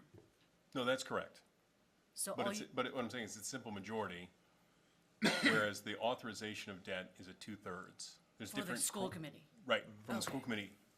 Exactly. Right. So I support the motion, the idea to rescind and replace the motion tonight. I do believe that by simply removing the one phrase that specifies the type of surface, that most towns, or potentially all towns that are involved in this, wouldn't have a problem, most towns wouldn't perhaps not even consider bringing it to town meeting, because it is essentially the same motion, and just makes it a little bit more open. I did actually talk to my finance committee. He seemed to think that it was unlikely that the finance committee would even, or the select board would even bring it to town meeting, because it was just an additional option. And so, while I'm very, I understand the hesitation to rescind money because it's already in pocket, it's already been voted on, and if we rescind it, that there's no guarantee that they won't take it to the town again and that they won't vote to not authorize it the second time. However, it doesn't seem like it's a hot topic issue for the other towns, for the small towns who are most at play here. I know that the Amherst School Committee, or the Amherst Town has a different schedule, and they do things a little bit differently. But I think that it's not as risky as some people think or have suggested to do a rescind and authorization in the same motion or in the same meeting. Tillman? What is the replacement language? I mean, I have a version that I could put forward. I think that the one difference mine is from this one is the stipulation about raising funds, which, you know, we can use that language for stipulating funds, or we can use, we can not specify the exact number. If we need to specify the exact number, we can add it in here, but, in the event that the committee should verify and attest that sufficient funding has been secured through other sources, including but not limited to Community Preservation Act funds contributed by member towns of the district, American Rescue Plan Act funds, grants from the Commonwealth, or any other sources that have been discussed publicly and approved by the regional school committee, then the amount authorized to be borrowed by this vote shall be applied instead to pay the cost of some or all of the following.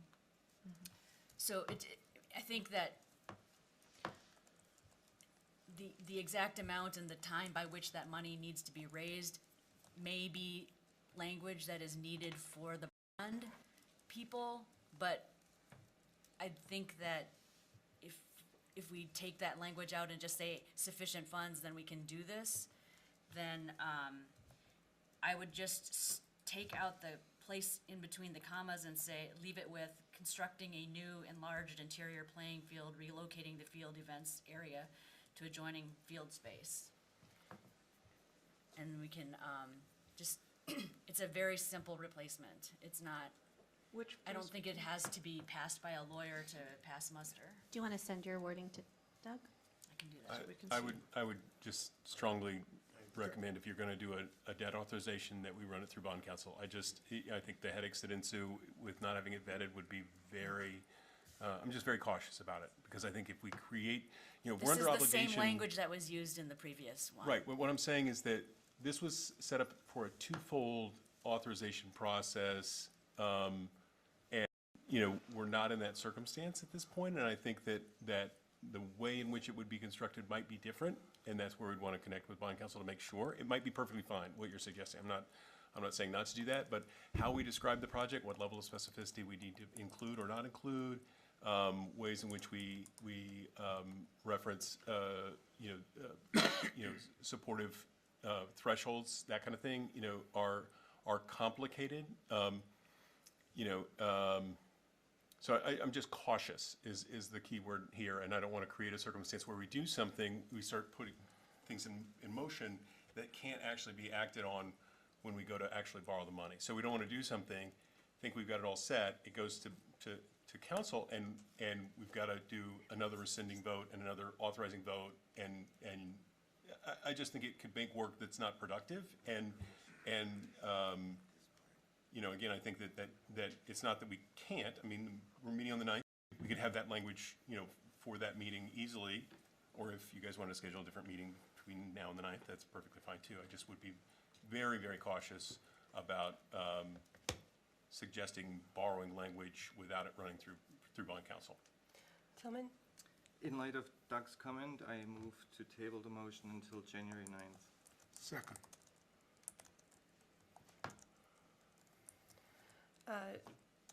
Discussion? Anna? This is language that's identical to the previous version. I don't really see the issue with using the same language. I see no reason to table the motion.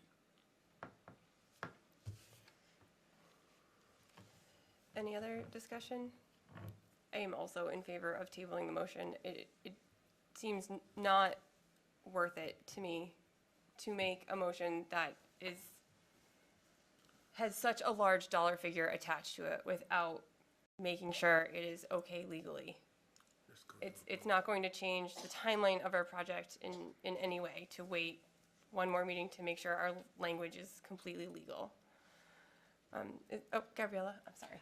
I have a question that speaks to this motion, but also builds on what Anna is proposing, and that is, first of all, I like the idea of simplifying the language in the second part of this, but Doug, wouldn't you actually want to have a date, or would you need to have a date in there specifying when the amount of funding has to be, when we have to sort of determine if enough funds have been raised? Maybe we don't need to specify an exact amount, or maybe we do, according to council, but it seems to me that a date would be useful, given that there is a timeline under which the project is running.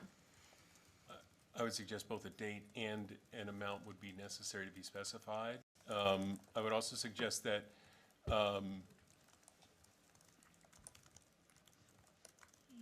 we want to be conscientious if we pick like a July 1 date, you know, just as an example, if in a, be conscientious of whatever date we pick, just so that it doesn't interfere with the actual ability to sort of do or go to bid for construction. Because again, you cannot, you know, that determination would have to be made in the affirmative at that point to then to do the borrowing. So I think we just, you know, I think the specificity is required to have both date and amount, I think, and we want to be just thoughtful about what those are. Yeah, well, as a follow-up to that question, I just want to point out that in the January 17 minutes, it shows that the boosters were at $339,000 in committed funds, which is nowhere near the $2.2 million that was specified in the original motion. It was totality of money available, so that counted the CPA funds and appropriation from Amherst. So Amherst has appropriated over 1.8 million. And separately from that? Yeah. Oh, okay. Yeah, so that it's a totality of Thank all you. sources. That's not reflected in here, in the minutes. Yeah. It's in January 12th, 1 week earlier. Is there any further discussion? All right, all in favor of tabling this until January 9th? 1, 2, 3, 4, 5. All right, all opposed to tabling this until January 9th? 1, 2, 3, 4. Were there any, no abstentions? All right, our motion is tabled until January 9th. Gabriella. I would like to move that the school committee appoint a subcommittee that will gather information about the pros and cons of turf and grass fields, and would gather input from the public to really gauge the sentiment of our stakeholders on the material for this. And I believe that this is important regardless of whether this motion gets changed or not. I think it's important information that should be gathered in a considered way. Second. I'm sorry, was that a motion? It was a motion, Oh, yeah, okay. to create a subcommittee. Okay. And then Jennifer, you seconded it?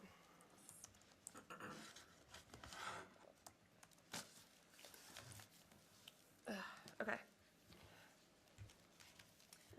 So I'm in favor of the idea of creating the subcommittee. I see that on the January 9th agenda, we have subcommittee assignments, and we have another new subcommittee that also needs members that I assume we will discuss then. So I think, voting on creating the subcommittee tonight, I assume that will just get added to the January 9th agenda about populating the subcommittee. So I'm in favor of creating the subcommittee. Katie? I think it's a great idea. I think we have spent so much time in the short 3 months that I have served on this topic in comparison to other topics that perhaps ignorantly I presumed that we would talk about, and really in terms of centering students' experience in the schools, or specifically around what happened last spring in the middle school. So I think by adding a subcommittee, these meetings can be more efficient and more student-centered. Two things. One, I very much agree with the subcommittee, and I truly believe students should be a part of that as well. Student athletes, it could include players, runners from all the sports to get their opinions as well.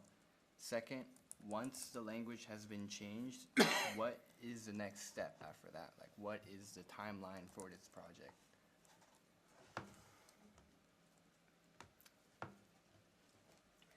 Sure. So, so we're evaluating proposals of the designers. That will start. That will take most of calendar '24.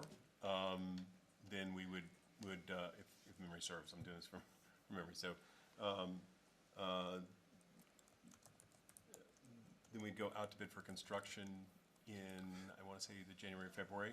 We want to time that because there's certain times that get better pricing, quite frankly. And the idea being for construction that coming season potentially. So it's roughly that, assuming, funding's in place, design choices have been made, et cetera. So, design work will begin sooner than later, and then, but some of that will be dependent upon resolution around funding levels and surface. Anna? Is there any way we can get a better estimate of the difference in cost between turf and grass in the construction process earlier than that? I know that we can't, until we actually bid out the project, it's hard to get an actual cost estimate of the two different surfaces. I think the scale of that has been in previous reports that Weston and Sampson did for the community. Yes, I mean, I but- think it's scaled a little bit because of inflation, so I think that's the open question. Well, so there's two things. One is costs of turf have changed dramatically since they provided this estimate. And the second is the type of turf that Weston and Sampson have used to do their estimate in this proposal that they had done before uses crumb rubber. And there has been a lot of talk about not using crumb rubber or looking at other options other than crumb rubber, which will have pretty significant cost implications. And if there is a real commitment to not using crumb rubber, then I think we need a better estimate of what that difference in cost is going to be before we go way down the road of trying to weigh out the benefits of turf and the benefits of grass, because it may not even be an option given the amount of money that we have available to us. So if we could get just even a back of the envelope estimate of what that difference in cost could be for a turf field that is not using crumb rubber, it would be extremely helpful in sort of like strategizing and figuring out what the school committee can commit to and what it can't commit to, and what the best way to move forward that does not stall out the project. I'm extremely worried that we're gonna get to a point where we have to put forward a new motion, a new debt authorization regardless, and that we're gonna be so far down the road that it's gonna put another 6 to 12 months onto the project because we just didn't get the debt authorization taken care of in the right place. So if we can just, and we don't wanna spend, a whole lot of subcommittee time investigating the two different options that we can't afford. So I want, I wanna be respectful of people's time in making sure that we can afford any option that we're choosing, and that we're not spending hours and hours debating something that's not actually an option. Yeah, I think that, part of the work that we have as an expectation of the designers is to guide the community through the conversation about what are the trade-offs, what are the, sort of facts relative to these different surface materials, playable hours, durability, recycling, costs, maintenance, et cetera. So I think they're, that's part and parcel of what we're asking them to do. And part of the conversations we've had with them are around that, it's like, it's ultimately the community's decision. We want to make sure that we're having a conversation based on the facts of the circumstances and eyes wide open about, the total cost of ownership and all of those types of things. So that's part of what we're asking our designers to lay out for us in the early stages, because they know that this is a question that the community is grappling with. So I think it's a part, we're going to leverage their expertise to do that, and the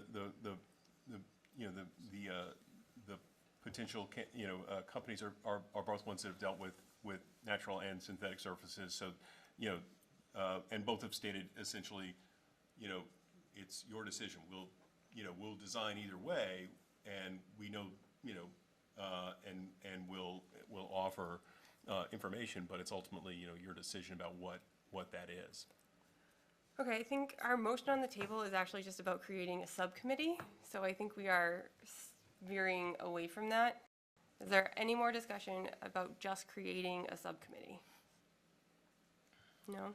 Okay.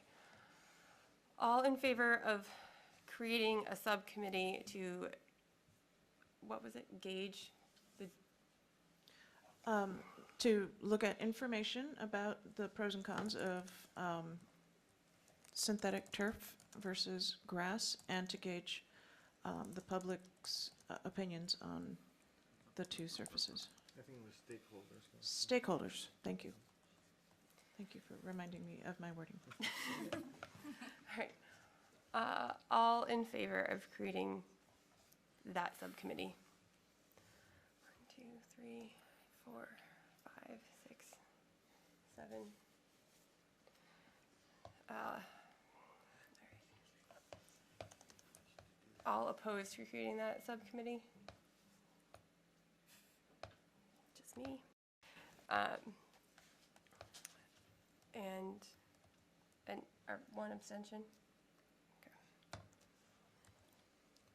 Okay. I move to adjourn. Oh. We have to do warrants. Cry in the wilderness. All right. You second? Are you seconding it? Yes, I do. All in favor of adjourning? 1, 2, 3, 4.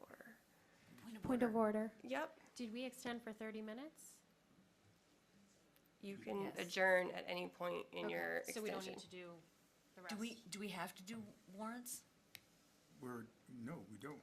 If we just voted on adjourning, I think how many people? It's a point of order. Question. no, that's fine. I think we can just adjourn. Okay. Yes. Right, so what was all in favor of adjourning? 1, 2, 3, 4, 5, 6, 7. All opposed to adjourning? 2. No abstentions. We are adjourned at 10:46 p.m.